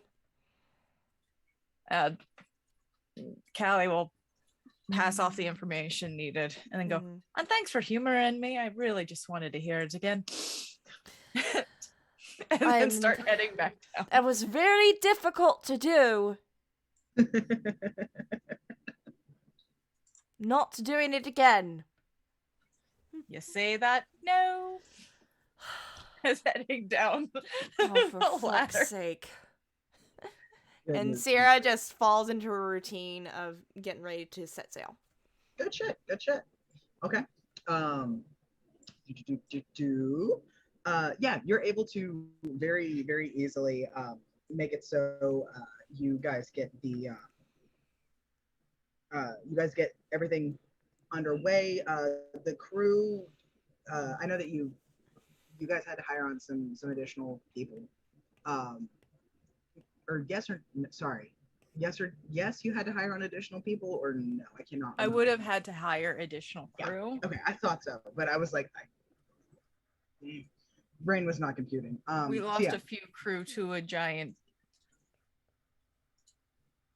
turtle. Yeah. Oh. We No, lost a some turtle to a dragon. turtle. We lost some to a ghost ship, and some went about their own business. Yeah. So we had to rehire. Somebody wants toenail. May or may not have a few walk off with mysterious old man. You never know. So yeah, so you guys are the people that you hired were at the very least decent enough sailors, and they are able to work together with you to make sure that you get everything up and going. And it doesn't take too long before the ship is actively sort of setting sail on its way. For those of the party that aren't quite used to it, mostly I think Sutha, especially after all of the emotional damage from just a little bit ago, I'm fairly certain Sutha is in her cabin, or at least like her part of a cabin, and is desperately clinging to a bucket. is my guess here. The others, I'll check in with you guys just to double check how you're doing. But I think out of anybody, I think Sierra, you specifically feel refreshed almost in a way maybe you hadn't expected, because like this is so, all of this is bringing to mind those memories of when you first left, of when you sort of figured out, you know, sort of a preemptive, like when you got to make some actual choices about who you wanted to be for the first time, and where you got to make friends and see how you could, like, you know, interact with people in a generally healthy way, especially given where you come from. And it's just sort of like that, the smell of the sea air, the sound of the seagulls, of the waves, of the wind, everything like that, and even like the taste of it sort of as it hits your mouth. It's just sort of like it's like literally your entire self just takes like a big deep so yeah, it's nice, honestly. Yep. And I get right to work. Exactly. You fell into the routine. You guys have no more trouble getting sort of you know, setting sail, making way, and it's a gorgeous day, honestly. Or sorry, I'm trying to remember if we said we were leaving at day or night. I think we said we were leaving at day. Yeah, you're going out with the first tide of the day. There we go. Whatever that is. Heading out of port at night with rocky shoals, not always a good idea. Thank you. You know sailing things. I don't. Not unless they're very well marked, and that's not so much a thing in this time period. Oh, something I just thought of. Both Pearl and Abalone and some of the other coastal cities would definitely have magic lighthouses. Ooh, very fancy. Definitely. But do they have channel markers? We gotta be a little realistic. Do you know what channel here. markers are? I don't. Okay. So I'm going to say that there was a recent storm and they're being repaired.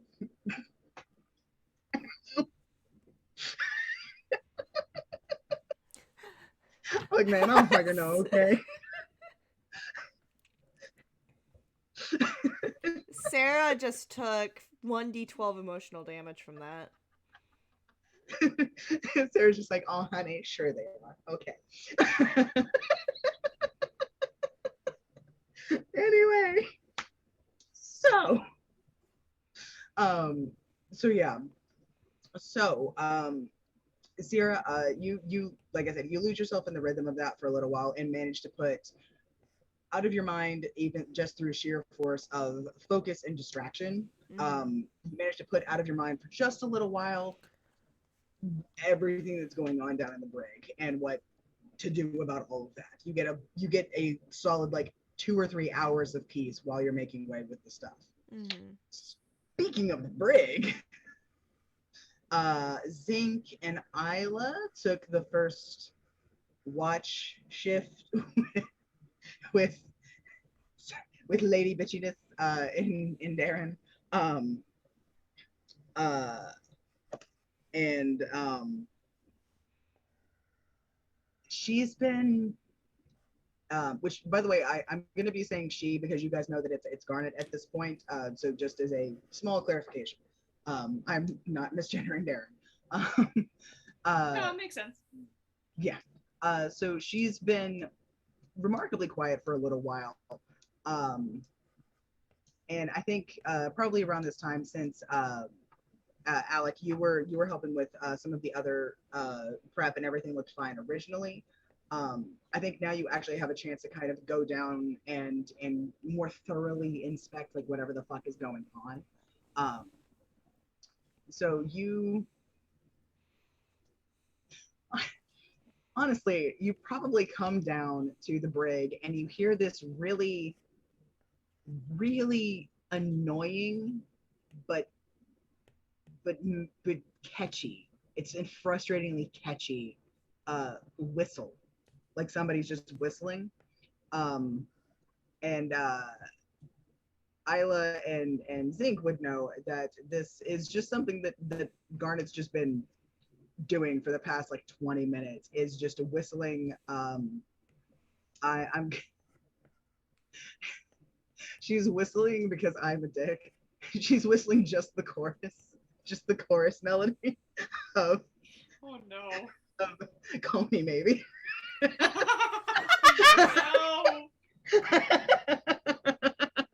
And like I said, it's annoying.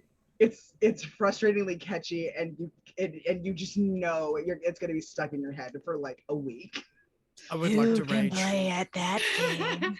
You're not even there, Mitch. Doesn't matter. I doesn't matter. I'm raging. Two can play No, at this game, bitch. Mitch would like to rage. Not Dave, not Drax. Mitch would like to rage. I would like to cast message to Isla. Mm-hmm.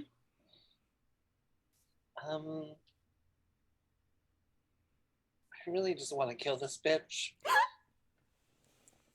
But then we would hurt Darren. But maybe if you brought him back, she wouldn't be possessing him anymore. Anyway, that's what I've been thinking for the last 30 minutes. You can respond to the message. She is very annoying, and honestly, I think I might have one up on her. I totally stand you doing whatever you need to. Also, there's a lot of stuff in this bag of holding. Do you know how to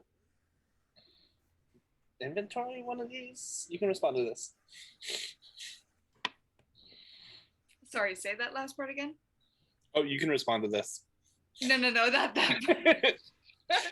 About the bag of holding. Oh, do you know how to inventory this? I'm not quite sure, but I can try. Okay, by the way, I'm only doing this because I don't want her to be able to hear us. So if you want to have like a full-on conversation, just let me know. I can cast the Rune of Silence or whatever. You can respond to this message. I'll let you know. For now. No, okay. She won't. She shall refrain from being annoying for now. Oh, if you do though, let me know because I'll have dancing lights and prestidigitation prepared so that we can give this bitch a full-on show. You can respond to this.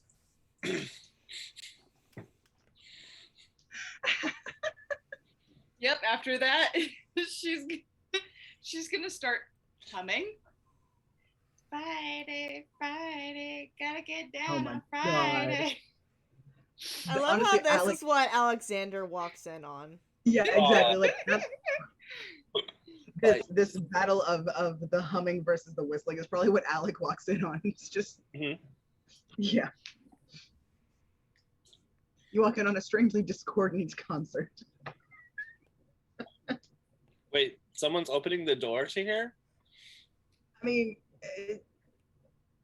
That we Rick weren't had- aware of? sorry, I had a moment of see, whenever I picture a brig, it never actually has like a door. Like there's like cell doors, but there aren't like doors. It's like a long hallway because it's near the hold. So brigs are usually below deck. Yes. On a sailing ship of this size, there's probably about 2 decks. It would be on the base deck. There would be a hatch with a very narrow staircase. Oh, okay. Gotcha.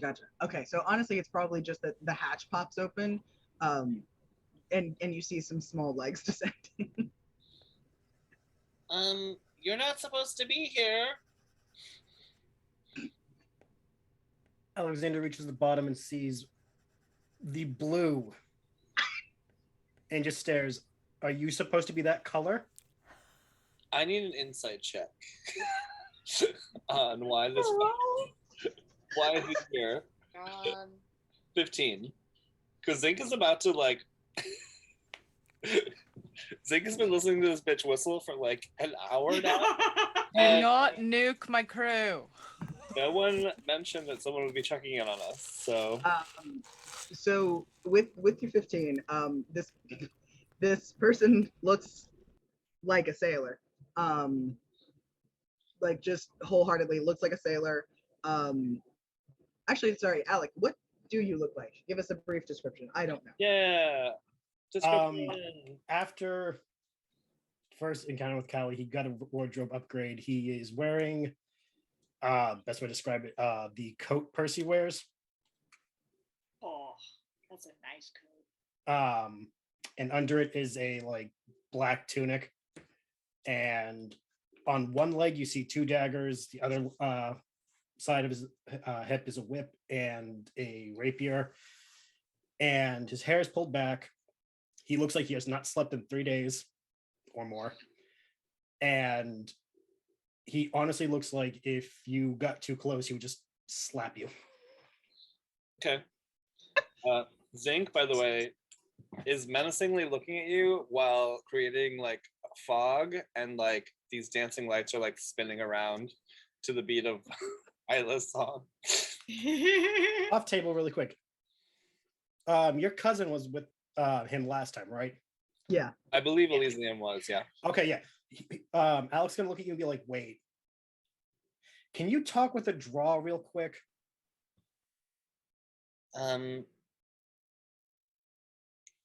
I'm blue, dabba dee, dabba da. Oh my god, I can't escape that thing. I think I know one of your relatives. Uh-huh. Is it Elysium? Yay tall, talks real slow, and is kind of like, such the drama queen of the family. He's the drama queen? Well, I'm Zink. This is Isla, and that's normally Darren. But you're not supposed to be here, so. First of all, normally? Yeah, we don't usually lock up our team members in the break unless they're extra naughty. And like, it's kind of like looks at Isla and like we might have to do this to Drax at some point. Kind of smile. Yeah. All you hear is Alex go, "Oh, this is why the captain sent me down here. This is a punishment." Releases another color of fog as the lights change. You are definitely Elysium's cousin. Dear God. I was sent to make sure no one comes in to bug you, and to make sure you guys don't do anything wrong. Does this qualify? Because she's been annoying the shit out of us.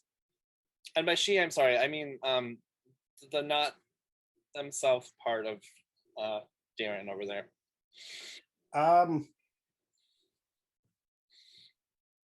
Can I do some sort of roll to understand what the hell Zink's trying to explain without asking? I don't know what role I would constitute, though. I think insight would be the closest to determine what is being implied here. It's actually athletics. Yeah, no, we're gonna just run Acrobat. and jump our way into understanding. Okay, I wish it was athletics. I would have did way better. I got 12. You have no idea about the specifics of it, but you get the feeling that something has afflicted their friend, maybe like a magical something, or maybe like maybe a curse. Something's going on. He's not himself. That's why the difference is. So, yeah. You did like double lock him down, right?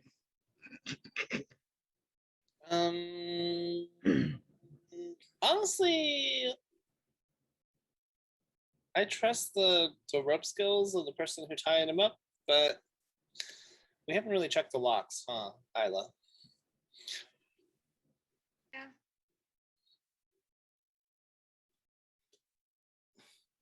Alec is just gonna plop down in the corner and just like rest against the wall as they continue watching. Garen? Is that what we're calling them? Garen?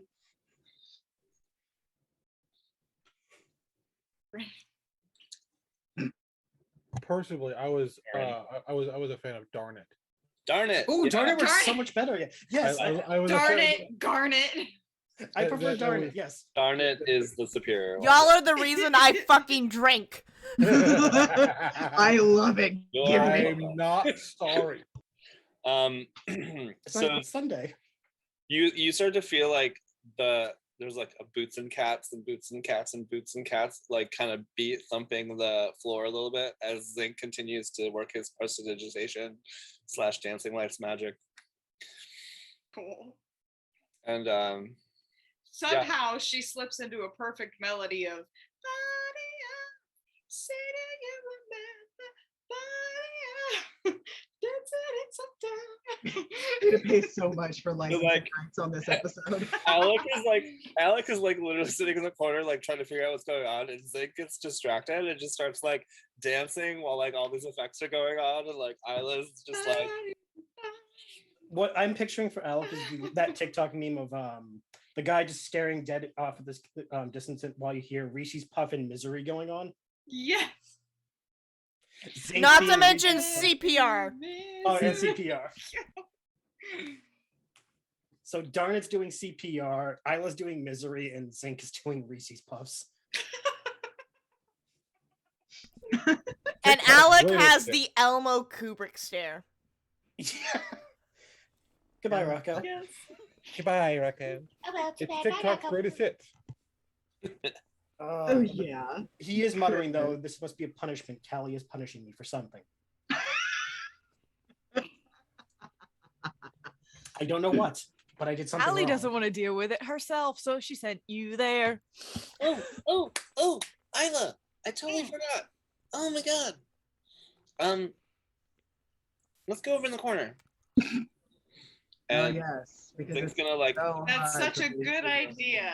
Zink go is in gonna the shuffle corner. over, turn around to Darren, and flip her off. And then cast Darren internally is flipping you off as well. Zone of Secrets, yeah. Which do you want me to roll for that? Yeah. Oh no. Please turn into a shrubbery. We want A shrubbery! I swear to God, if you turn into a shrubbery while Alex here, he's just gonna be like, maybe Callie gave me some. Did she dose me with something? This has been Dungeons and Drugs. That man is a shrub. Do you spice? Spice? Isla or Meg? Hold on, after we roll this one, because it landed on a corner. Well, it was cat. was a circle. Ooh. Ooh. All these squares make a circle. I rolled high. So high. So high. You're sad. Oh. Hey, Chris.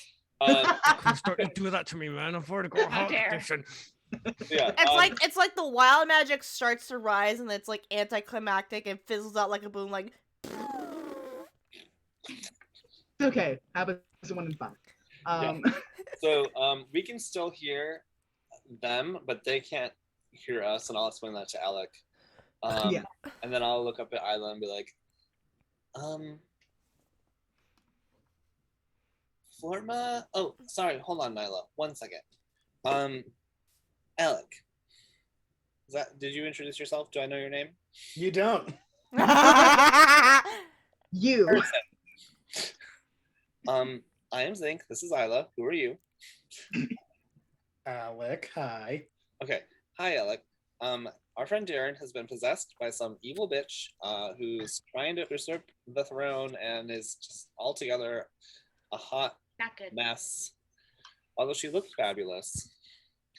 And she wears black lipstick, which, you know, is a vibe. But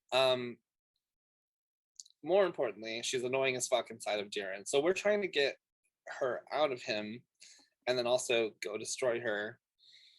And in the meantime, our friend Florma just transcended to godhood recently and left me this bag of holding that had all of his possessions in it, which leads me to the point. Isla, I have 2 sending stones to her in here, I think. I saw them on, like, however this is organized, and some scrolls, and I want to say like a gold ring, and like, you know, there's like 40 billion coins in here too, and I have to figure out how to look like empty it, but we could theoretically use some of this stuff against her. You don't know how to empty a bag of holding? I've never had one. Do you want to empty it in a good way or a bad way? But when I say bad, I mean fun. There's a good way and a bad way. Alec is gonna look at Isla like, "Oh, honey, I have a thing to teach you." Please don't. Did you know that if you turn it? Did you know if you turn it bag of holding inside out, everything inside get launched out like a catapult? No. Yes. Zink is about to do it, and then he's like, Isla slowly turns to look at Garnet. She has no idea what you're saying, so it's No. just.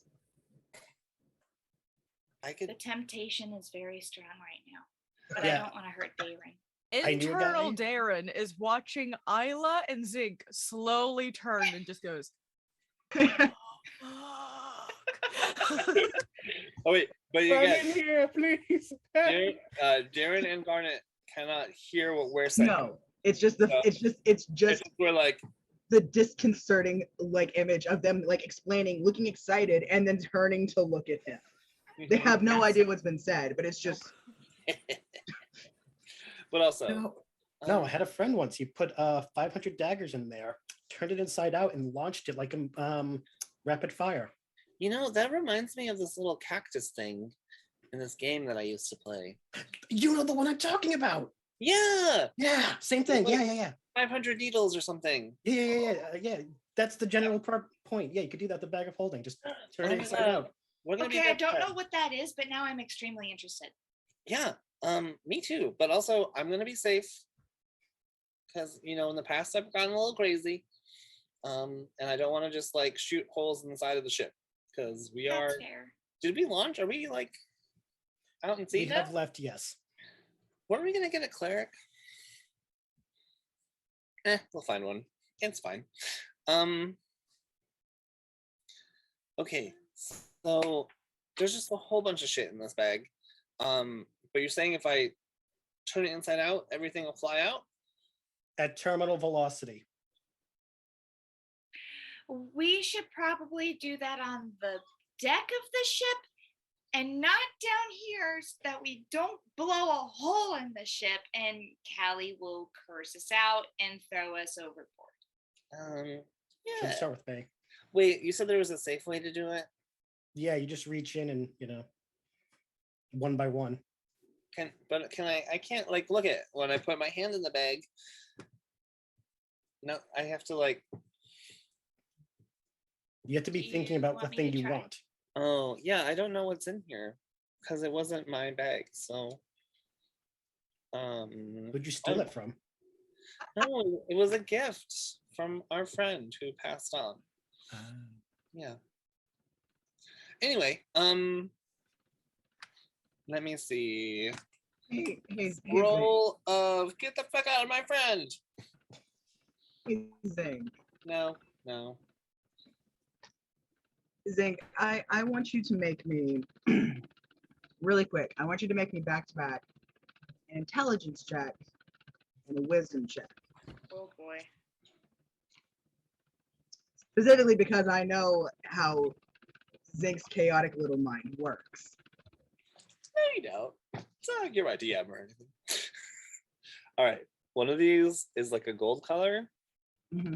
So that will be intelligence. Okay. And then this is wisdom. Okay. Give me the intelligence check first. Okay. In just straight intelligence? Yeah.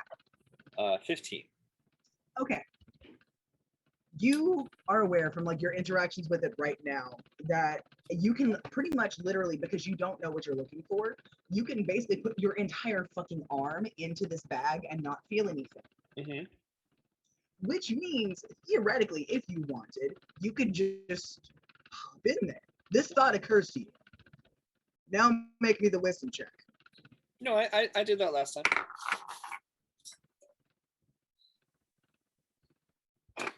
Seven.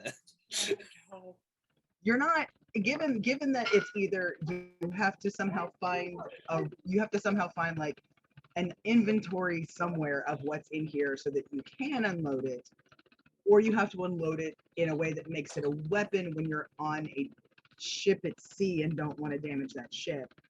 You think that it could be a legit idea for you to just hop in there and see what's in there and chuck it out. What do you do with this information? You know what? Fuck it. Oh. Set it down. Be like, I heard that these things can get a little stuffy. So if you don't see me in like a minute, just be like, think, and I should pop up theoretically. Think, do you want bagmen? Because this is how you get bagmen. Anyway, I'll be back in a bit, and Zink's just gonna like hop in. But also, yeah, you're not there, Darren, technically. Yeah, no, Darren, honestly, you and Garnet both are just watching like this discussion. You see Zink looking at this bag of holding and look up, say something, and then just leap into it. Oh, I didn't know your friends were going to do this for me. For the record, Alex takes out a flask and just starts drinking. So now it's Alex. So, just like looking at a bag, and then just like Darren, like. Darren nearly lets out a heavy sigh. He's gonna offer the flask to Isla. Like, do you need this? I feel like you need this. You need some. Yes. So you have 10 minutes of air before anything happens. You don't necessarily know this, we're just letting you know. You hop in and you land on just a pile of gold. You hear like the clink, clink, clink of it all, like as it scatters. You land on a pile of gold, and you're looking around at all of the stuff that's in here.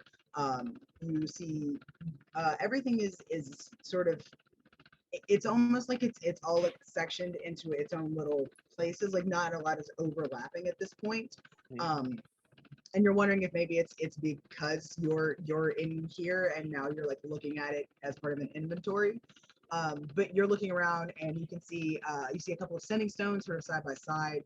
You see a fuck ton of gold that you can deal with later, that you still have to pass out to people.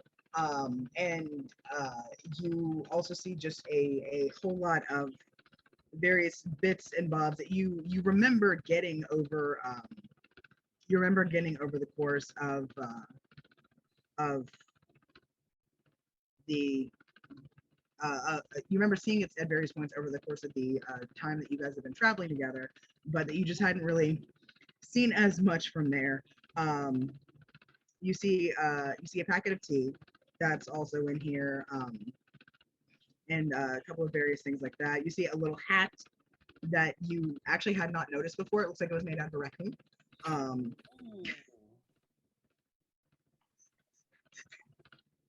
Look, that's what I'm looking at stuff that was in the inventory. So yes. Same. Oh, a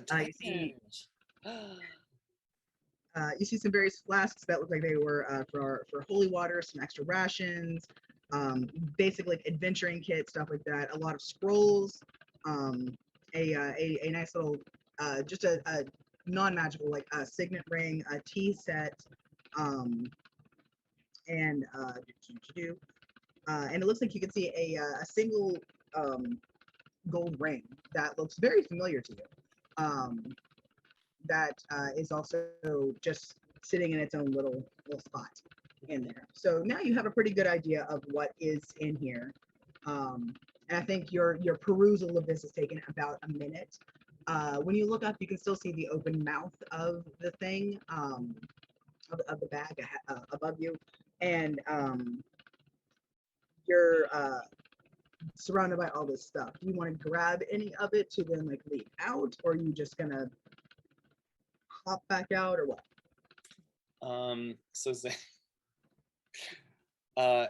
Zink is going to grab the traveling tea set, the 2 scrolls, and he's going to take the rope and like throw it up out of the bag. Or, like holding on to see a rope. Yeah. And then yeah, he's gonna leave the ring alone for now because he knows what it is. And he is going to you know what, fuck it, he's gonna grab the longsword that's almost as long as he is. And he's gonna just be like Yeah, Isla's gonna help. Yeah, fair. Real quick, especially with that big ass. Real quick though, especially with that big ass sword in your back, you just make me an athletics check. I'm gonna say that the big ass sword that's as big as you are is gonna cancel out the advantage that you would normally get from using rope. 18. Okay, you make it out, thankfully. It's a little stuffy, like right as you're sort of crusting the top. You're, Okay, well that was one way to do it. Isla.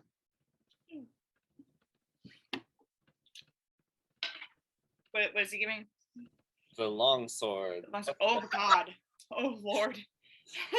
she takes it. Oh, whoa.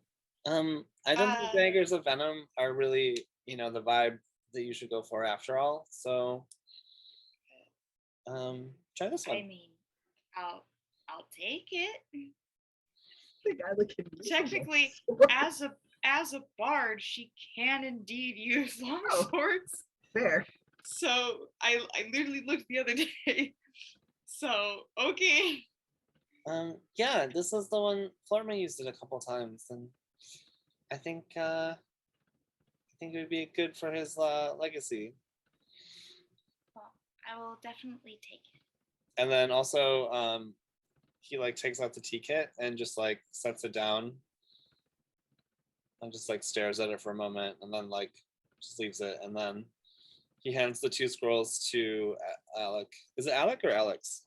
Alec. Alec. And is like, do these look helpful at all? Do they look helpful at all? It's a scroll of regeneration and a scroll of resurrection. Okay. For the record, Alec has no magic knowledge, or he's just looking at Yeah, this honestly, like, Alec, you're probably just like, it's paper. Yes, those sure are some scrolls. You have no idea what they do. He's gonna be like, they look fancy. Yeah, they are. Okay. Well, I guess, and he'll just take them and like toss them back in the bag, and we'll grab them later. Okay. He's also looking at the longsword like, that's a fancy blade. Also, and he'll look at Isla and be like, remember the favors that we all got? Yeah.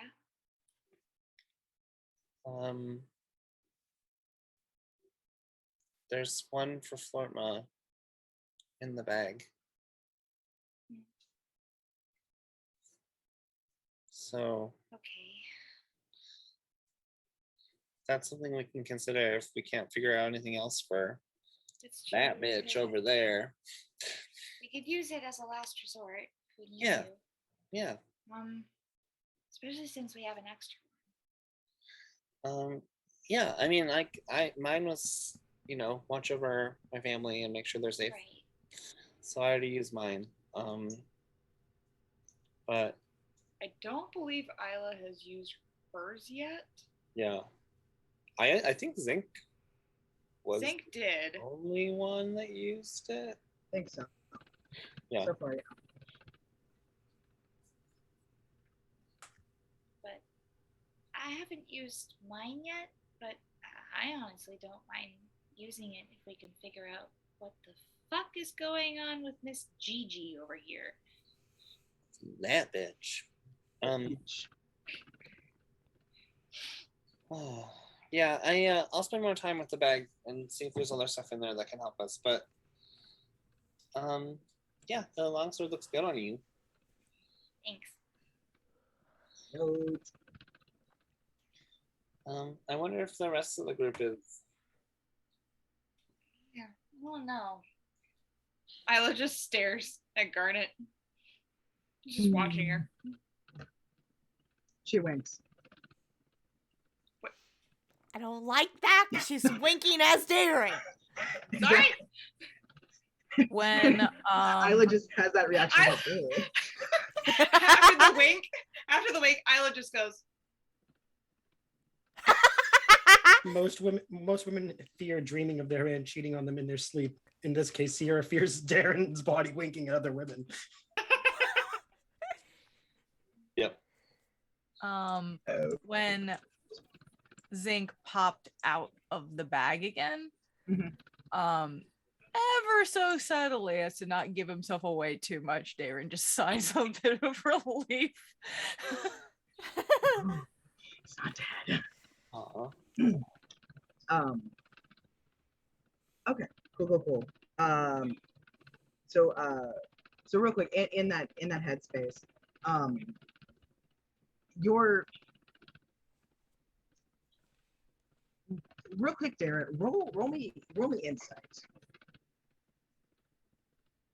Okay.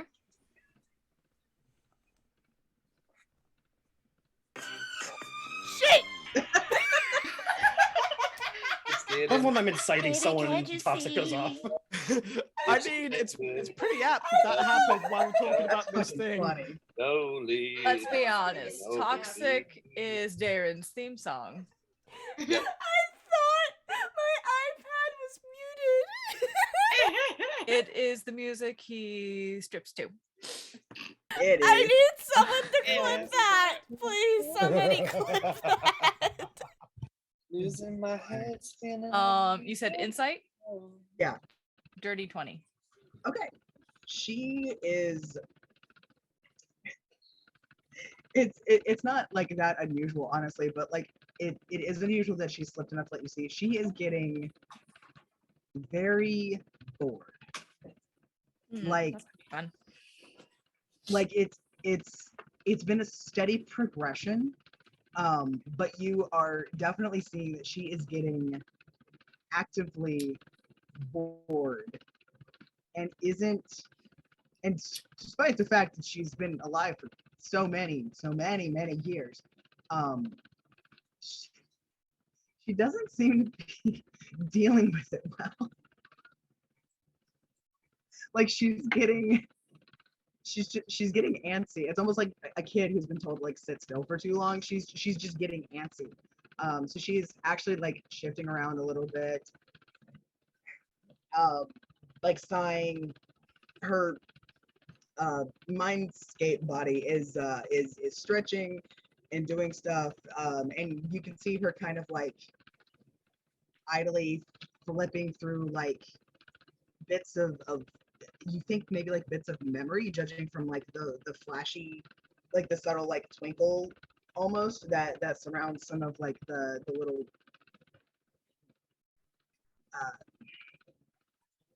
tendrils of like the black stuff that she has just like in your headspace now. So You she's can going see, through mine.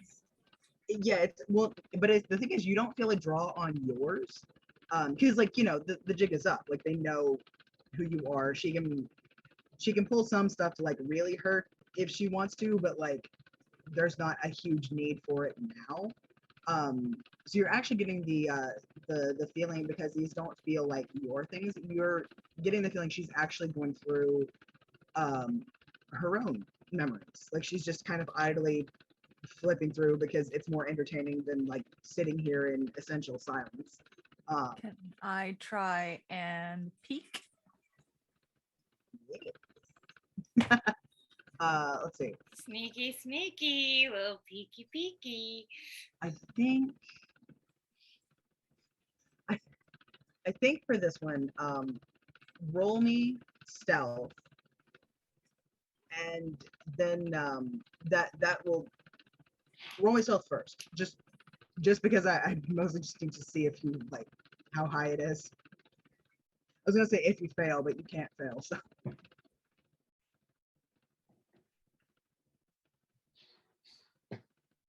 Does a 29 get me anything? I believe so. So you get to roll. I'm gonna say history with advantage. That's gonna go awesome. We can go from a plus 14 to a plus 1. Oh, good. Glad for advantage. Okay, 12. Okay. So you're able to do it without being noticed. But the thing is, because this is so weird, you never really had to try and read someone else's mind in your own. It's not a common occurrence. And because like these things aren't necessarily they weren't meant to be able to do two-way traffic. They were supposed to just be one way. So you're kind of fighting with like the actual properties of the thing itself. But after a little bit, you are able to get a couple of flashes of what she's seeing. It's nothing too detailed. It's literally just a few like split-second frames essentially. But you're able to lock onto those and store them away. The first of which is of the palace at Amethyst Halls, but many centuries ago. And it looks different but the same. Like it looks a little. Some bits of it look a little cleaner. Some bits of it look like almost brand new compared to what you knew they looked like before. Some parts are altogether just missing from like where you were. Like a lot of the guest house and some of the courtyard areas aren't that you saw when you guys visited aren't there at all. And you can get like you have like a bird's eye view of it because it looks like it's from her bedroom window, you would presume. You have another split-second thing of and these are in no like actual chronological order. You have another split-second thing of her staring at her own sort of warped reflection in this big glass cylinder that's filled with like this greenish liquid, and you can see like a faint form of someone inside. But you can see like her kind of warped reflection on it, with that smirk that you've grown to hate so much. There's another one of her locking eyes with her sister on the battlefield, like their swords crossed, sort of going at it, just making that eye contact, and of her sister, just her teeth gritted, and pushing back with no like clear strain that she's struggling at that point. And the final one that you see is of her looking into someone else's eyes, but at this one it's of her on her knees, like staring down at a mirror that she has shattered. Like she's thrown it at the ground and she's looking at it. And you can see that she's like this close to the mirror. And she's like looking at her eyes, and you can see that black just actively just shooting through the pupil, or sorry, shooting through the iris. And you can tell from the way her face looks, as well as like the tension in her hand and everything, that she's actively screaming at this mirror. So, yeah, it gets in little snapshots of pictures. What do you do? Apparently piss her off some more. Of course you do. I've seen the like the purple cracked eyes here in this setting. Yeah. Yeah. He's going to just interrupt her train of thought with just saying, you know, the actual queen apparently had a visitor with your eyes recently. Who'd you steal to do that?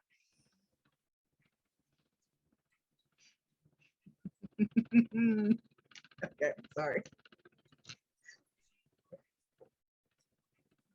Oh, okay, cool. She like shoots a look at you over her shoulder and rolls her eyes. Oh yes, your real queen. She shouldn't be queen in the first place because I'm still alive. I'm still here. And her voice drops down like an octave or two, which kind of surprised you, but it's like this like growl to it. It's just like, I should never have been overlooked. And don't worry, you don't need to be concerned about someone else having egress into her chambers. They locked all of that space down, and the scullery maid that I took over had no purpose after. So you've already touched the peasants then?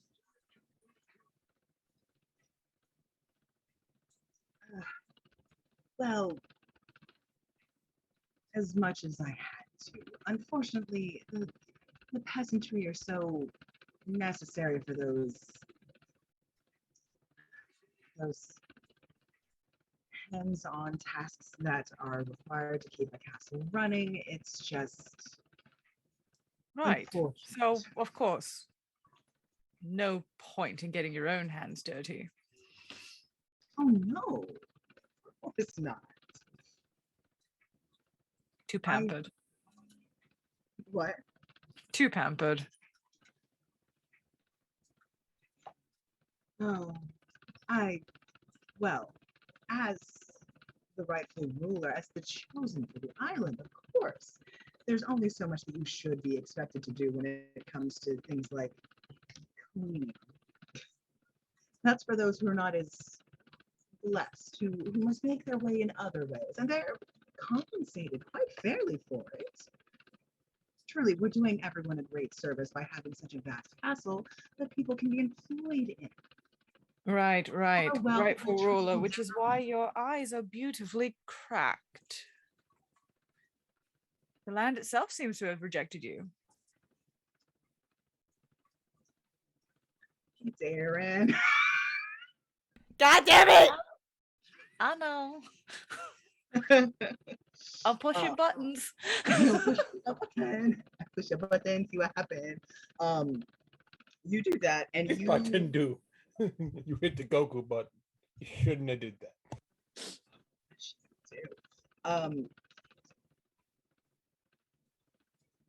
Okay, you say that.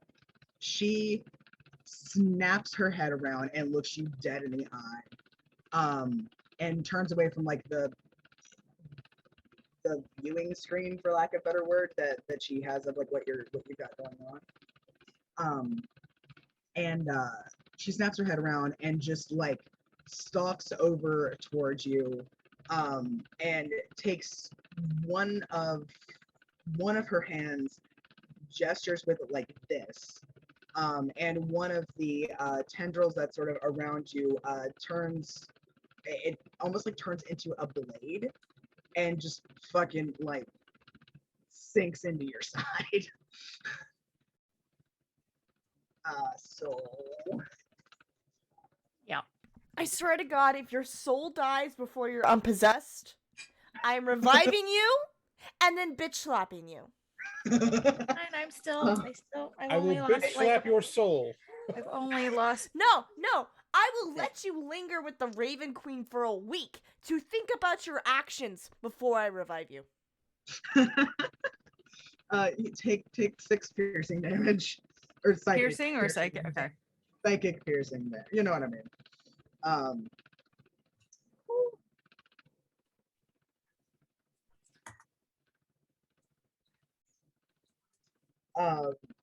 And she does that, and as she does it, it just kind of stays. She doesn't take it out, but it just kind of stays there.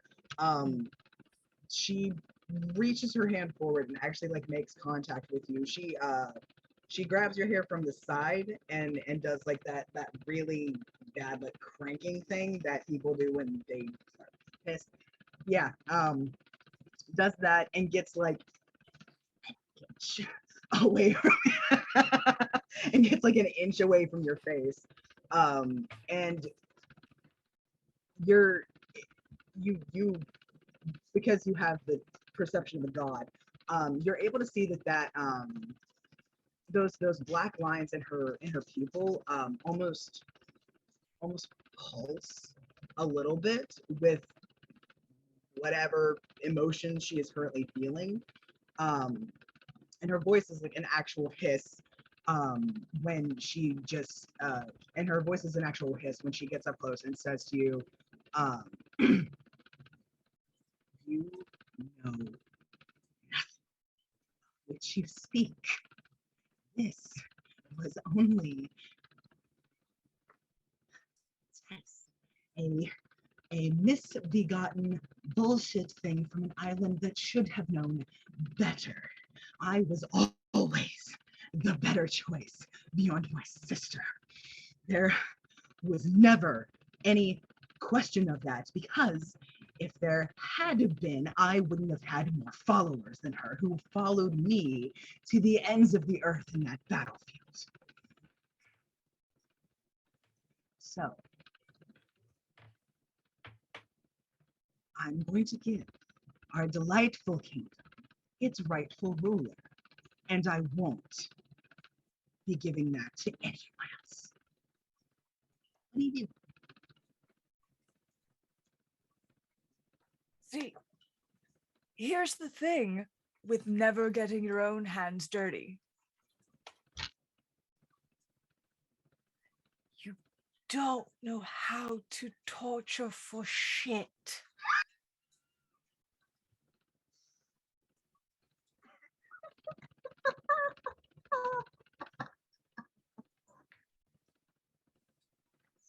And I still have control of my one arm, right?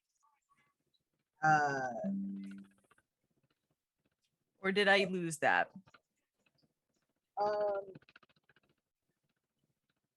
No, it actually looks like, especially because you pulled that thing out of the back of your head, it looks like she hasn't actually sat down to repair that as diligently as she should have. So you actually still have it. I'm just gonna I don't want to say punch her because I'm not very strong, but I want to punch her. Fucking do it. Do it. Do you have like not very strong. Do you have like a subconscious version of your dagger? Because I left that on you. I've been working on making that. It's a thing. Okay. Or I can stab her with the thing she just left in my chest. I'm gonna just take it and stab her with it. Tell you what. Make me. What even? Make me an maybe an intelligence save to see if that thing that you've been picturing, if this is something you can use against her.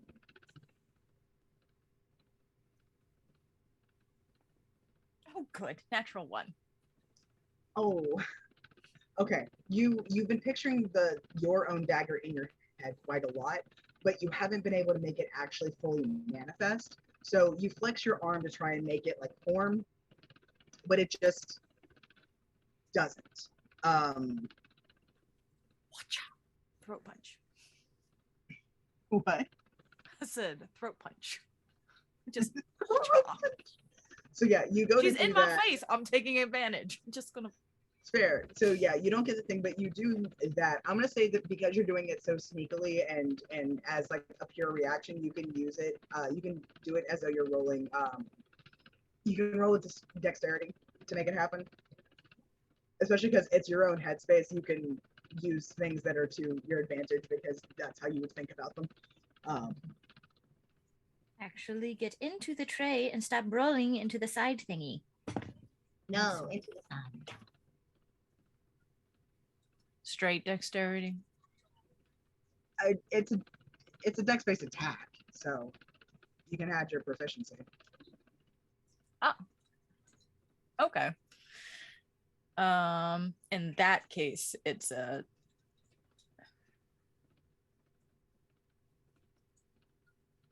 only a 15. She doesn't have much of an armor class, my dude. She really does. So yeah, no, you fucking like you throat chop. One whole point of unarmed attack damage. Plus, I'm gonna say plus your dexterity.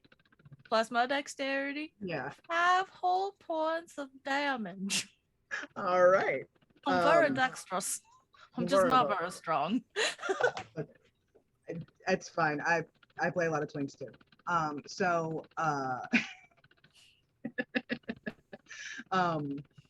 you do that. You land it like right where it needs to just full on hit, and she coughs and chokes and like takes a step back, and you can see like her like legitimate surprise in her face for a full second,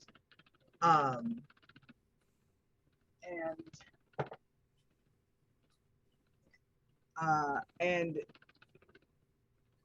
she doesn't manage to like say anything because like this has impacted her enough that she can't even like speak mentally. So instead she slashes out her hand again, and another tendril comes up and just fucking like right through the hand. So take another 2 damage from that. How much damage have you taken in total compared to your health point total? I thought the psychic damage had a different number. It does, but sorry, but like what's your max number of HP? My max number of HP is 115. I'm currently sitting at 16 because somebody headbutt me. After I stab myself in the chest. Yeah, of course. Listen, we'll share blood. Listen, I had my reasons. Okay, and you take in and how much they won't let me in the brig to heal you, so.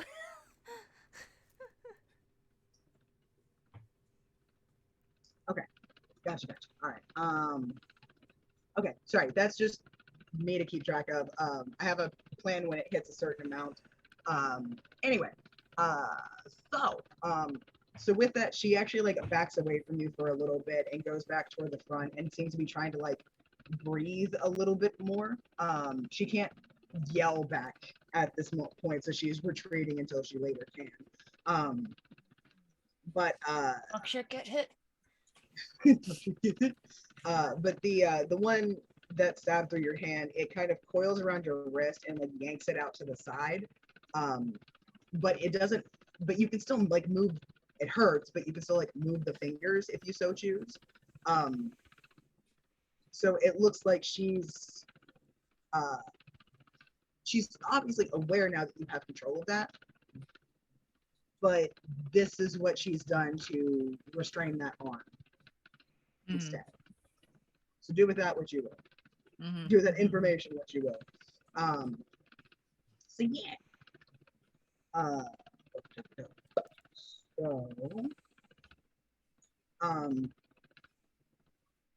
So yeah. Anything else you want to do to try to piss her off before? I know. I've taken many damage. I need to breathe. No, I think it really is like he gets stabbed through the hand and he just like talk shit, get hit. And then we can cut to someone else. Incredible. Okay, so real quick, did you guys discuss who would take the second watch of the brig? It was going to be Devotion, and I thought Drax and Sierra were not supposed to, but I can't remember at this moment. Only Sierra is forbidden to enter the brig. Gotcha. Did Drax have to take a bit to like cool off, and that's why it was Isla? I did not put that part in my notes. Drax is making a point not to be in the same room for reasons. For reasons of the stabbing variety. For reasons of many variety. Bludgeoning, piercing, slash, and take a pick. Fair enough. But he, I would say he would have gone to find Callie at some point. Gotcha. In that case, real quick, while you guys are in the brig, just kind of chilling and figuring stuff out.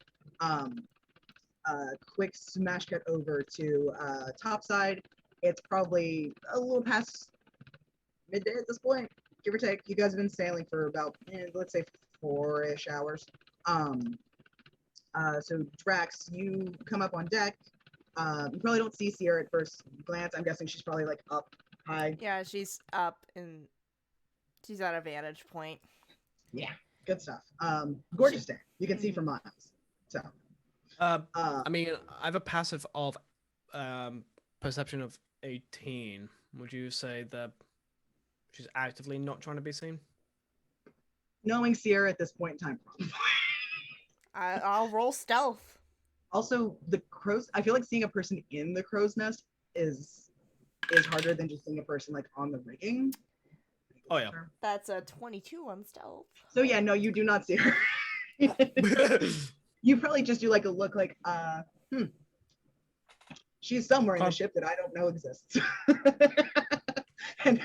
But Callie, I'm gonna actually, where is Callie? What time of day is it? Let's say you guys left around 9 a.m. That's when the tide went out. You guys left at 9 a.m. So it's about 1. Okay. If she's already done what she needs to check with the charts, with her navigator, double check on the rigging, she's probably in the galley. Oh, fair, yeah. Okay. Seeing if the kid needs any help, because that's where his domain is at this point. I say kid, he's 18. He's a kid. For all intents and purposes. Technically. So yeah, Drax, that's probably what it is. Then you go up and you're like, I need to talk to Callie. I don't see Sierra either. I will go find Callie. Yeah. So you probably He'll probably just go, I don't see an angry halfling here. I'm gonna go down below deck. Yeah. So the galley is one of the easiest to find places, I'm gonna say, in this ship. It's like right there. It smells pretty good. Like a nice hearty stew for the first day with like some good bread and stuff like that. Use some of those perishables while you can. Okay. Um, Do I see the so angry halfling? you do indeed. Probably about halfway through a bowl of stew. I don't think she's eating at this point. I think she's, Oh. helping out with anything that's needed / checking on whatever crew is in this area and making sure everyone's Okay. settled in. Okay. I think the cook that you guys got is totally fine. Food's good. I think Daniel is probably, honestly, what it is Daniel has like put some in a bowl and like grabbed a piece of bread and put it in the bowl. And every time that you like stop and do something, he's trying to like push it into your hands. Captain, will you please sit?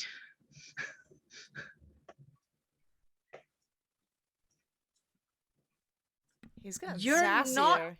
You're not too old to get your ass kicked.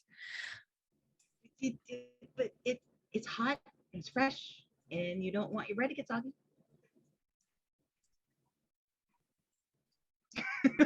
Actually, Callie, he makes a fine point. No one likes soggy bread. How can you say no to those puppy dog eyes? Fucking ballsy ass pup you've turned into. She'll take the bowl. Yeah.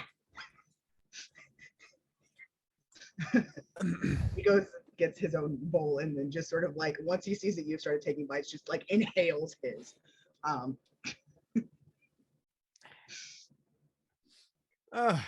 Callie.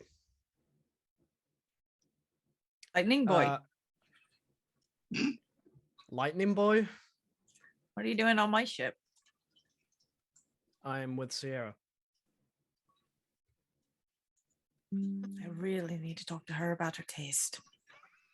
Not like... No. Not that way. I'm actually with Isla. Really need to talk to her about her taste. I've said the same thing. Poor don't worry. Drax. It's the return of roast Drax, guys. It's Callie. She roasts everybody. Listen, we have to do it once every 5 sessions to try to tame the angst. It doesn't work, but it's very fun. Well, first of all, good to see you again after Black Opal. Been quite a while. Aye. Crux of it is, I have no idea what I'm doing on a ship. But Oh, I'm I fucking aware, Minnow. We'll unpack that later.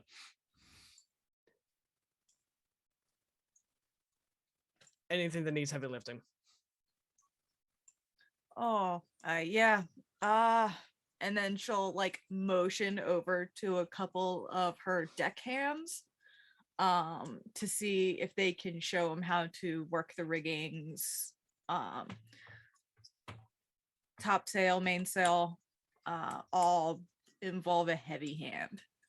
Okay, gotcha. Basic stuff, beginner stuff that he should be able to, you can pull the rope. I'm guessing. Yes. Pull the rope and tie a knot. Pull the rope, tie a knot. Did you just do this? No, I did this. Okay. Don't do this. It's easy to do this. We all do this. This dangerous. Don't do this. That's how you crush your hand. That's how you get ripped off ships. I was just like, I was just pulling a rope. Like, that's people how have lost fingers. People I know have lost fingers. Okay. Do not Sarah? fuck with wind. Sarah, need I remind you we are all pure of heart and dumb of ass. I just want to make sure if you visit, we're going to go over some safety rules. I have never ever been on a sailing boat in my life, so I do not know. I only know what I have seen on the TVs. Every boat I have been on has a motor. I mean, we all do that, but not while underway. Fair. Thank you. I will remember that and also probably never touch a rope on the ship. Well, that won't get you very far. Can't do it. Not today. Sorry. So Drax is helping. Oh, Before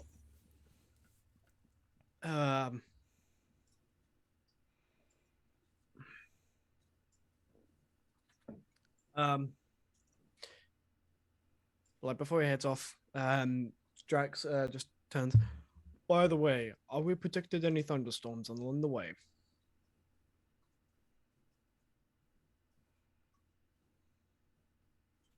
Why? Reasons. I mean, you can check with the navigator, see if they've been seeing anything on the horizon, but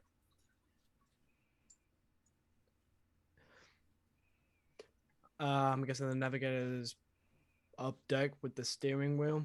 oh my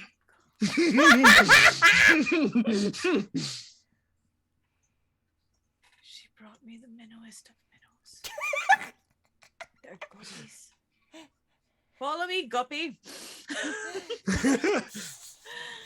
Not even a minnow. It's Guppy. Good lord. That's the lowest you can reach. No, the next one's tadpole.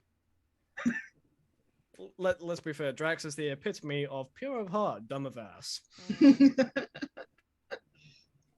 I know, Booker.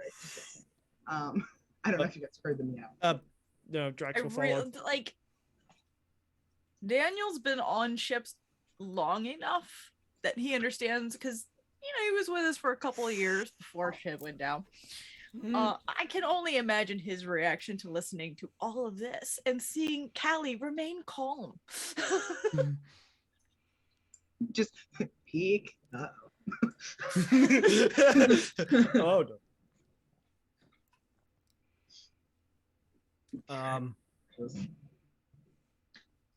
Is the navigator somebody that you knew before, or is it one of the new people that you had to hire? Probably one of the newer crew. Cool. I have headcanoned it that she's Alec. She has made like quartermaster.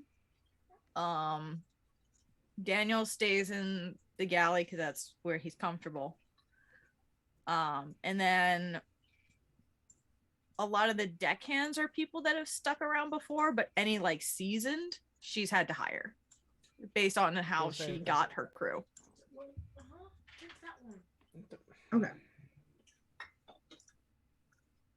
Gotcha. Okay then. Gotcha. Sorry. So you take him up to see the navigator, because he would also have the weather sense, weather information, the weather intuition. I mean, there would be like some instruments in the captain's quarters, but there would also be amongst the navigator would have the knowledge of what to look out for. Okay, gotcha. And have a few instruments with them. Okay.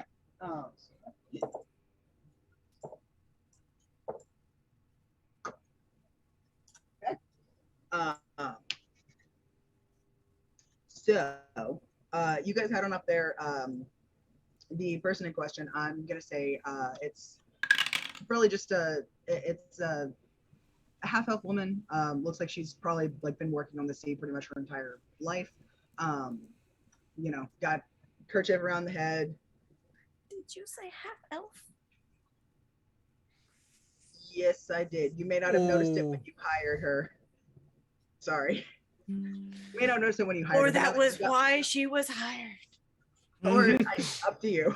I was gonna say like it was. You know what? It was if probably it was Alex. unknown, it may have just been like either her hair, like her hair's really curly, and like salt and pepper kind of thing. Or was Alec being a dick? It's like, hey, you'd be great on this crew. just to fuck with Callie and then talk to her. This is why he's in the brig. Did Callie really go into like Alec knows about It's been a while. the kid, but I guess from what I remember from the one shot, you never really told anyone about what happened to the crew. But you did flirt. But that is a fair point from with the Kitsune. half-elf bartender. that yes, but it's the point from Kitsune. It has been a while, and she has been getting like blackout drunk every night so that she can actually sleep without dreams. So she's Meaning probably Alex told more than dragging she her meant. back. So yeah, sorry, I'm literally I was just pulling these things out of my blood. I was like, oh wait, oh right. Yeah, Honestly, I love it though.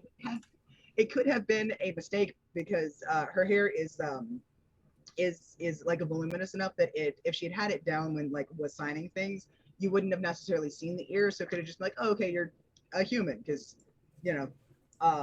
But now that her hair's up, you can see like the slight points to them. You can see like a couple of other things. She's also got it looks like probably it looks like she's also got a little bit of just general rough life scarring, like stuff from like cuts and nicks and scrapes on her hands, on her fingers especially, and probably a few tattoos that you can see like peeking up over the edge of her shirt, because of course her name is Doobidibida. yeah, no, Is that with 3 G's or 2 R's? Yes. Her name's Nessa. There we go. We're fine. But yeah, she's up there. She's looking at a couple of instruments, and she like double checks the compass. You guys are going into the bigger port town in Pendalin, which is one of the ones that's closest facing to Gem Kingdom, which is lots of trade. It's called Trebleclef. But they have a lot of really pretty cliffs that seem to sing sometimes when like the wind hits them just right. So, because I'm a menace. We have gone at least 20 episodes without a goddamn pun.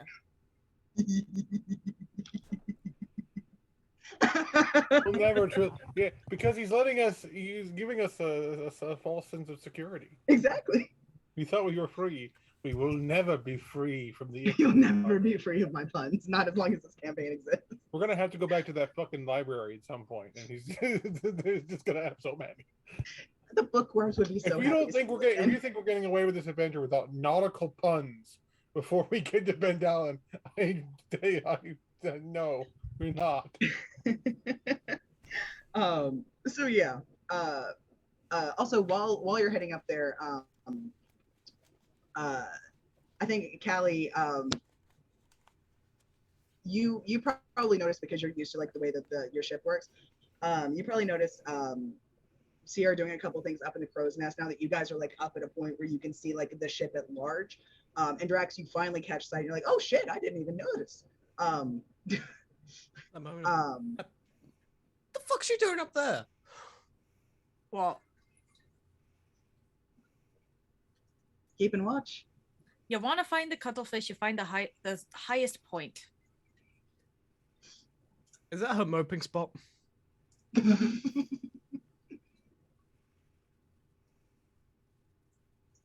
Sailors don't. Follow me.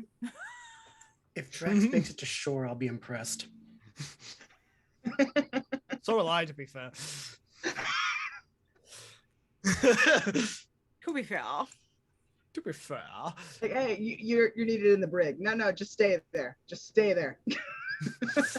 Stay there, don't move. But what? You're needed in the brig. But why are you closing that you're needed in the brig? Why are you closing the gate? Oh.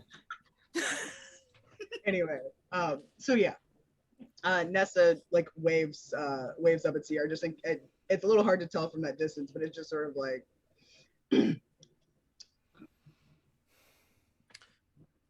need something, Captain? Not me. Dumbass. I thought you called him Minnows.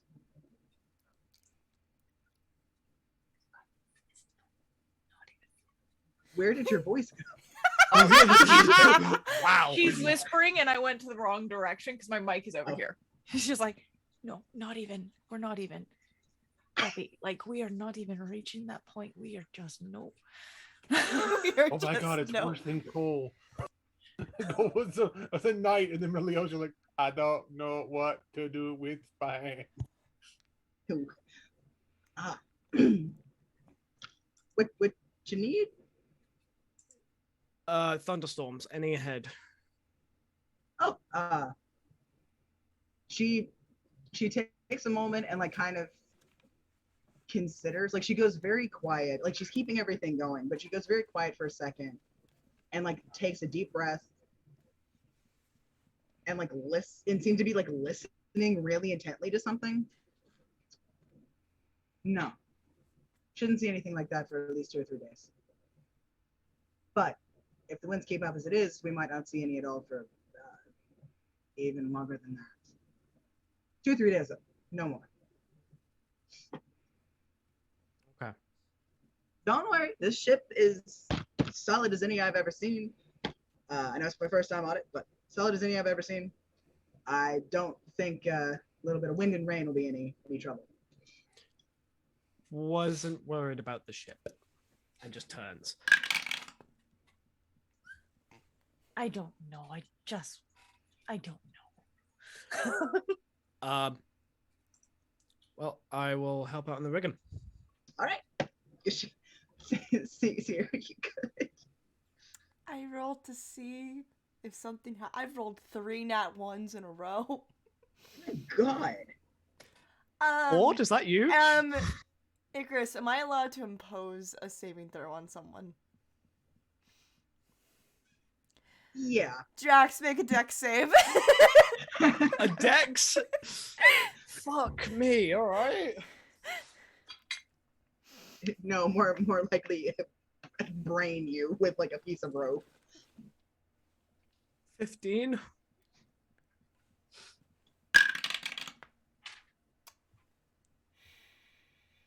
All you hear is, shit, look out! And a gemstone hits you in the head. One. I guess maybe one of her rose quartz. She was fiddling with it to try and calm down. And it slipped from her hand. She tried to grab it and... No. 4 points of damage to your head. Shit. What the... Ah! Sorry. Ow! What and then she just starts to like rapidly climb down and then lands on the deck next to you. Much like that. Ow, what the fuck? Ow! She just looks at you and she picks the rock up. I said look out. A little bit too late there, huh? It's not your fault for not getting out of the way quickly. Fuck, First Callie's... time. I've only been back on the ship 1 day, and Callie's goddamn accent. It's infectious.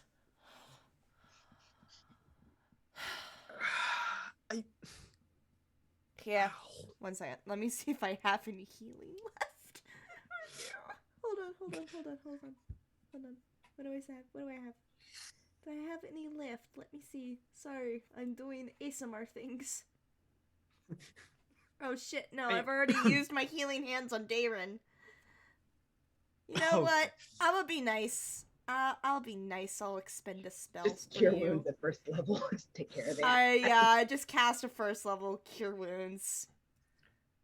And I have to actually roll for that. Hey, lucky you get all your health back. Oh, thanks. And he puts his hand on her shoulder. Thank you for that. And just causes a little bit of a static shock. Just a... Oh, really? Oh, you son of a bitch! Sorry, don't know how to control it yet. I know where you sleep. And there's only so many places you can run on a ship. Hold on, is that like when D&D Beyond actually I've just remembered a feat with being part of this.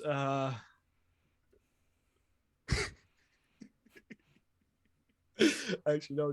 I just remember the feat. Hold on.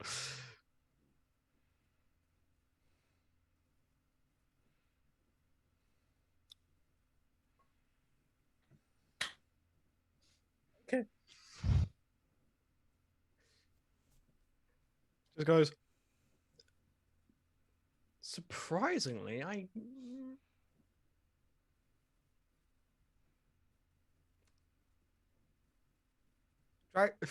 Dryce is going to go to the railing of the ship. Okay.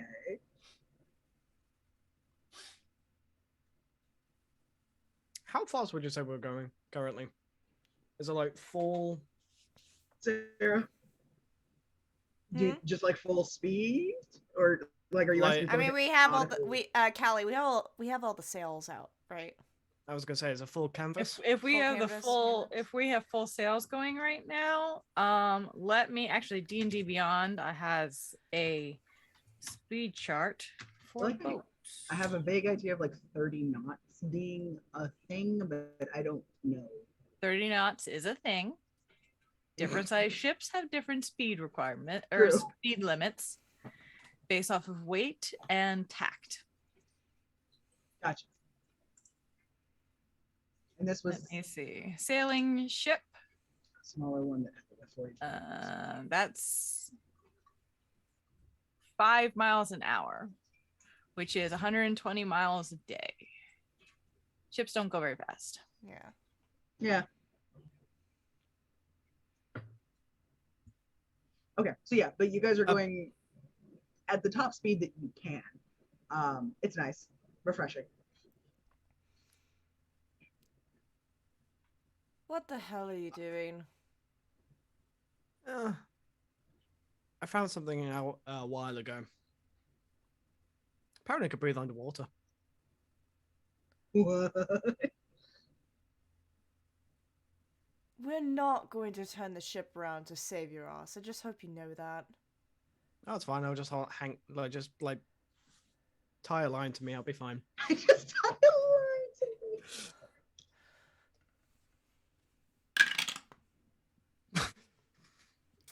All right, she walks towards you, grabs some rope, ties it around your waist, and then shoves you off the side of the ship. Yes! Sparta! If I remember correctly, isn't this a way that pirates dealt with traders? I rolled an 18. Yes, it's called keel hauling. I am so happy right now. Yeah. Just so you know. Just so Drax knows, Alex I didn't rolled give an me the barnacles. 18, and my unarmed strike is a +4, so 22. Oh, I currently don't have my shield on, so that's definitely fucking no. Sierra, just with this strength you did not expect, she just goes, "Happy swimming," and she shoves you over the railing. Doesn't fight it, just full on. Imagine a reverse leap of faith from Assassin's Creed. Just. You're still gonna hit the water. Oh yeah. Oh, I know. And we're Or the side of the moving. boat. Just. Yep.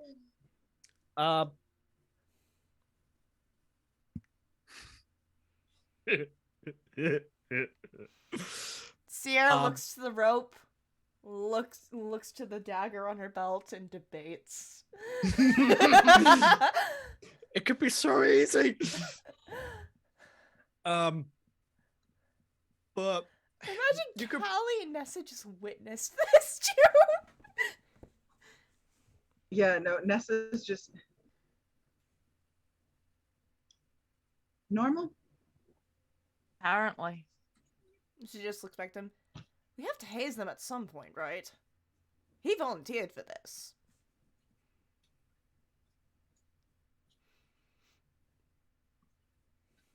So try I to refuse to go overboard. I don't care. Refuse. That's all Nessa says. Is she like adjusts minutely. Oh shit! I forgot to warn him about the barnacles under the ship. Not my problem. and then she returns I'll to be honest, working. I just got this thing. I haven't beached it yet to check. Oh well, we'll see if he comes back scraped up or not, and then Sierra walks away. I was gonna say, am I gonna come? Eventually, like after about, Am I gonna come back? am I gonna come back? So, so Drax is like, for Drax's point of view, he's literally being dragged, and he's like, I mean, this is really uncomfortable, but I'm breathing. Huh. This is weird. This is weird. A but this is dark, cool. ominous shadow swims beneath you. Just, oh, hi, Cthulhu. Cthulhu? Like, oh, for fuck's sake. So we summon Cthulhu through our half-dwarf in the sea. Why are you smiling, Nicholas? I don't like that. It's just funny to me. I was gonna say, are there infect particles, and am I currently being absolutely shredded? You do have. Did you take your armor off, or is your armor still on? Drax would have taken his armor off.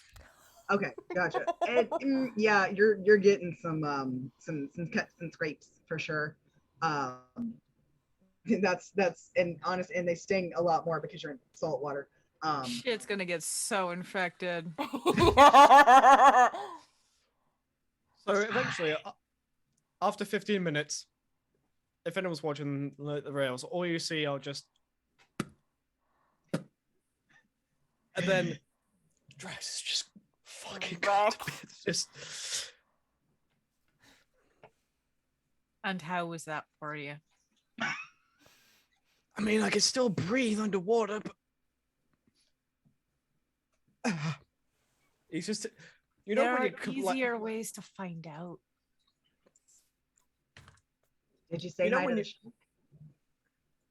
Say hi to the what? And she gestures behind, and you can actually see it. It's not like it's a very large shark, but it's not like anybody who It's is not of the the megalodon. sea. Yeah, no. Anybody who's of the sea knows that it's not a dangerous shark. It's actually a whale shark. So it's huge, but it's not dangerous. But to somebody who doesn't know, which I presume Drax has no fucking clue what that is, she's just like, "You see the shark?" and like points over her shoulder, and you can see like the back of this thing as it crests and drops down, and it is very large.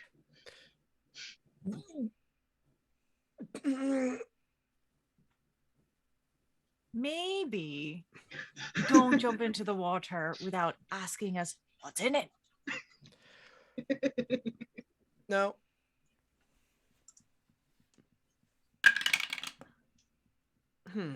Actually, Got it, work. and you see Drax for a moment. Just so this is mainly for flavor, but kind of also mechanics wise. He's using his second wind feat to peel back some of like the scrapes and cuts. Oh yeah. So you just kind of see him go. Just you actually see the wounds like actually close up by themselves. Nice. Just oh, I'll do it. And he will attempt, to attempt to help out with the rigging. Kinky fuckers.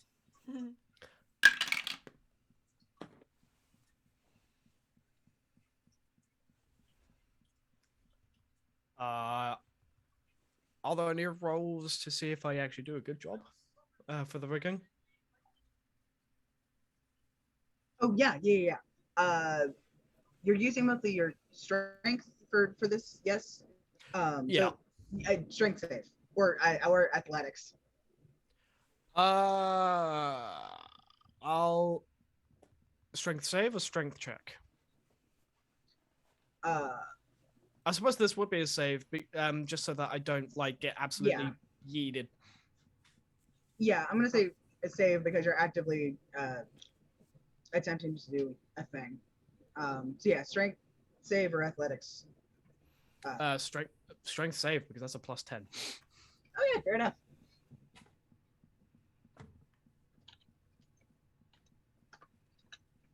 $18.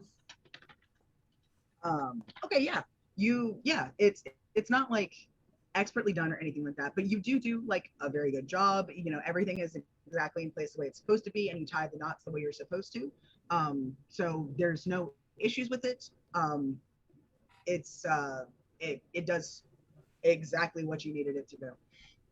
So, she, which Callie, you'll also know, like, because I'm almost certain that she's just like got just an eye to double check shit. Like, I don't want to have to I don't want to lose something here. No, you'll also see that like he did it exactly the way that you told him to. There's no issues with it, and it shouldn't have any kind of problems later on. If she notices anything that needs attention, mm-hmm. I mean, she still does it in a I'm giving you a lot of shit way, but she does take the time to instruct anyone who needs assistance. Okay. Okay. Other than that, yeah, Drax is just gonna help out with basically any heavy lifting manual labor that is required. Okay, gotcha. So I think since we're getting close, and since I completely forgot to have us break officially, I think one of the last things that we'll see for this round is probably our last shot is going to be in the brig. It's going to be devotion it's going to be devotion coming down, everybody else looking up, seeing him, and just being like, okay, time to switch. Sutha, quick question. Do you think that you would go, or is she still getting a handle on the emotions from today? Bless you. Sorry, Leo sneezed. So I think honestly what she would do first is she would try to go to either Isla or Devotion and be like, hey, I have immense seasickness. Can we fix this? Fair enough. Probably. Yeah. Like, oh yeah. I'm just noticing your T-shirt, Katsune. I'm so sorry.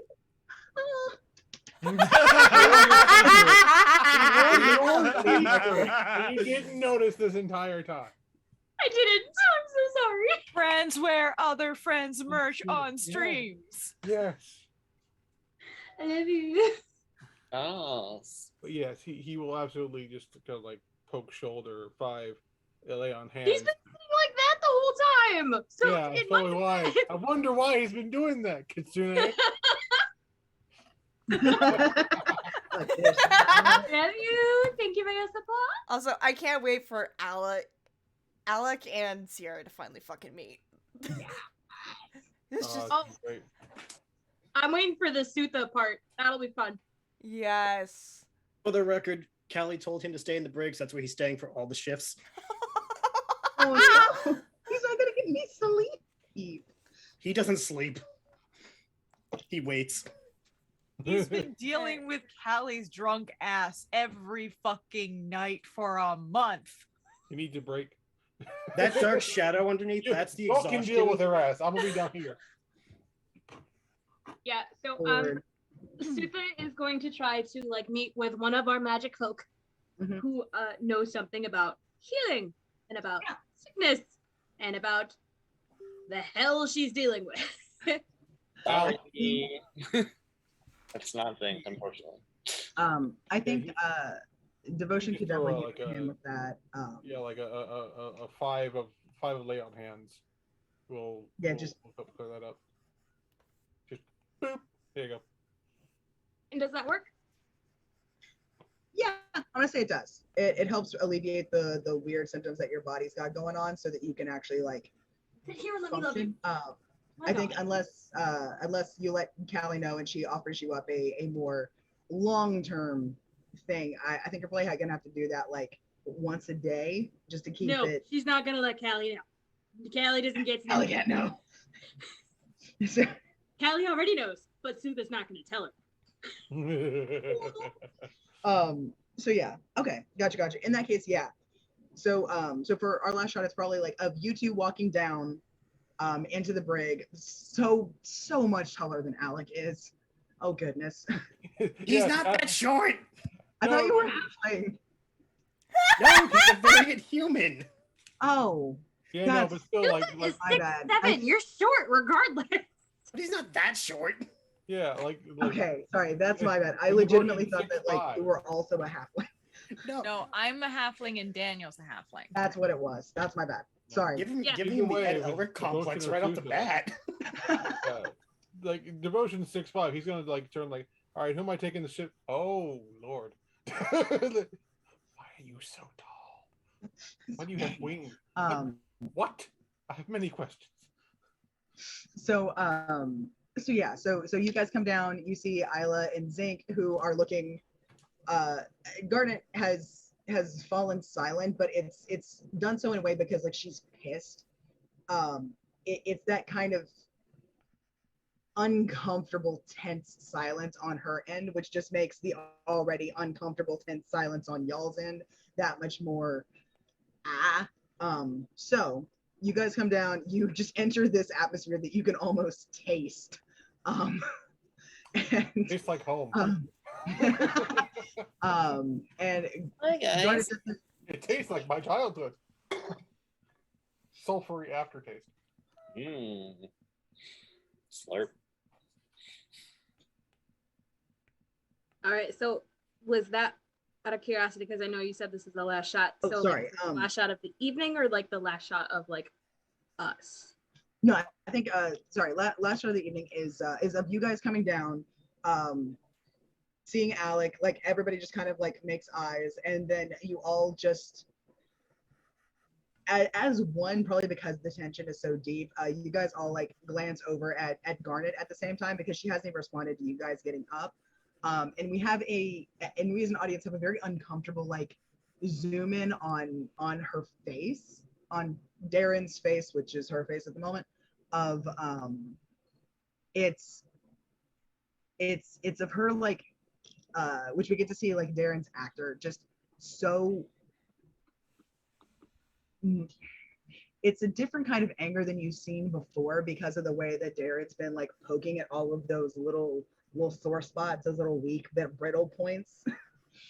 It's this very deep, almost caustic anger. And as we're watching, which the people in the brig aren't able to see because she's staring at the ground currently, but we as the audience get to see another flicker of that purple near the edges of his iris, but they don't fade entirely. And that's where the credits roll. I don't like that. Oh boy, no. No me gusta. No boy, no.